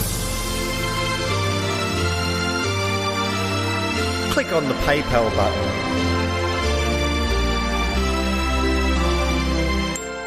Enter your daddy's email address. This will be a special gift from Daddy to Uncle Adam and Uncle John.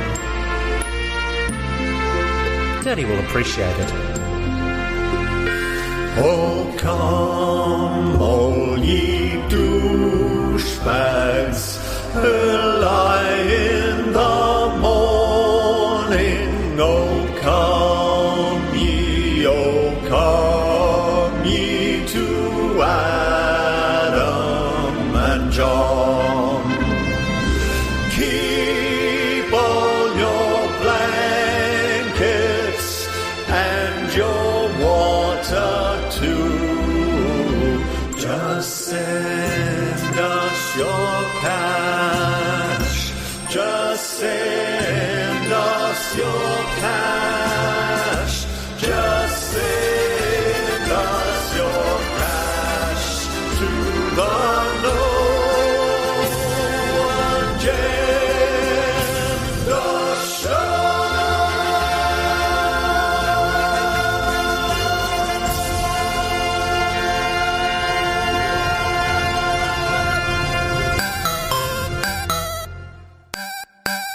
The best podcast in the universe.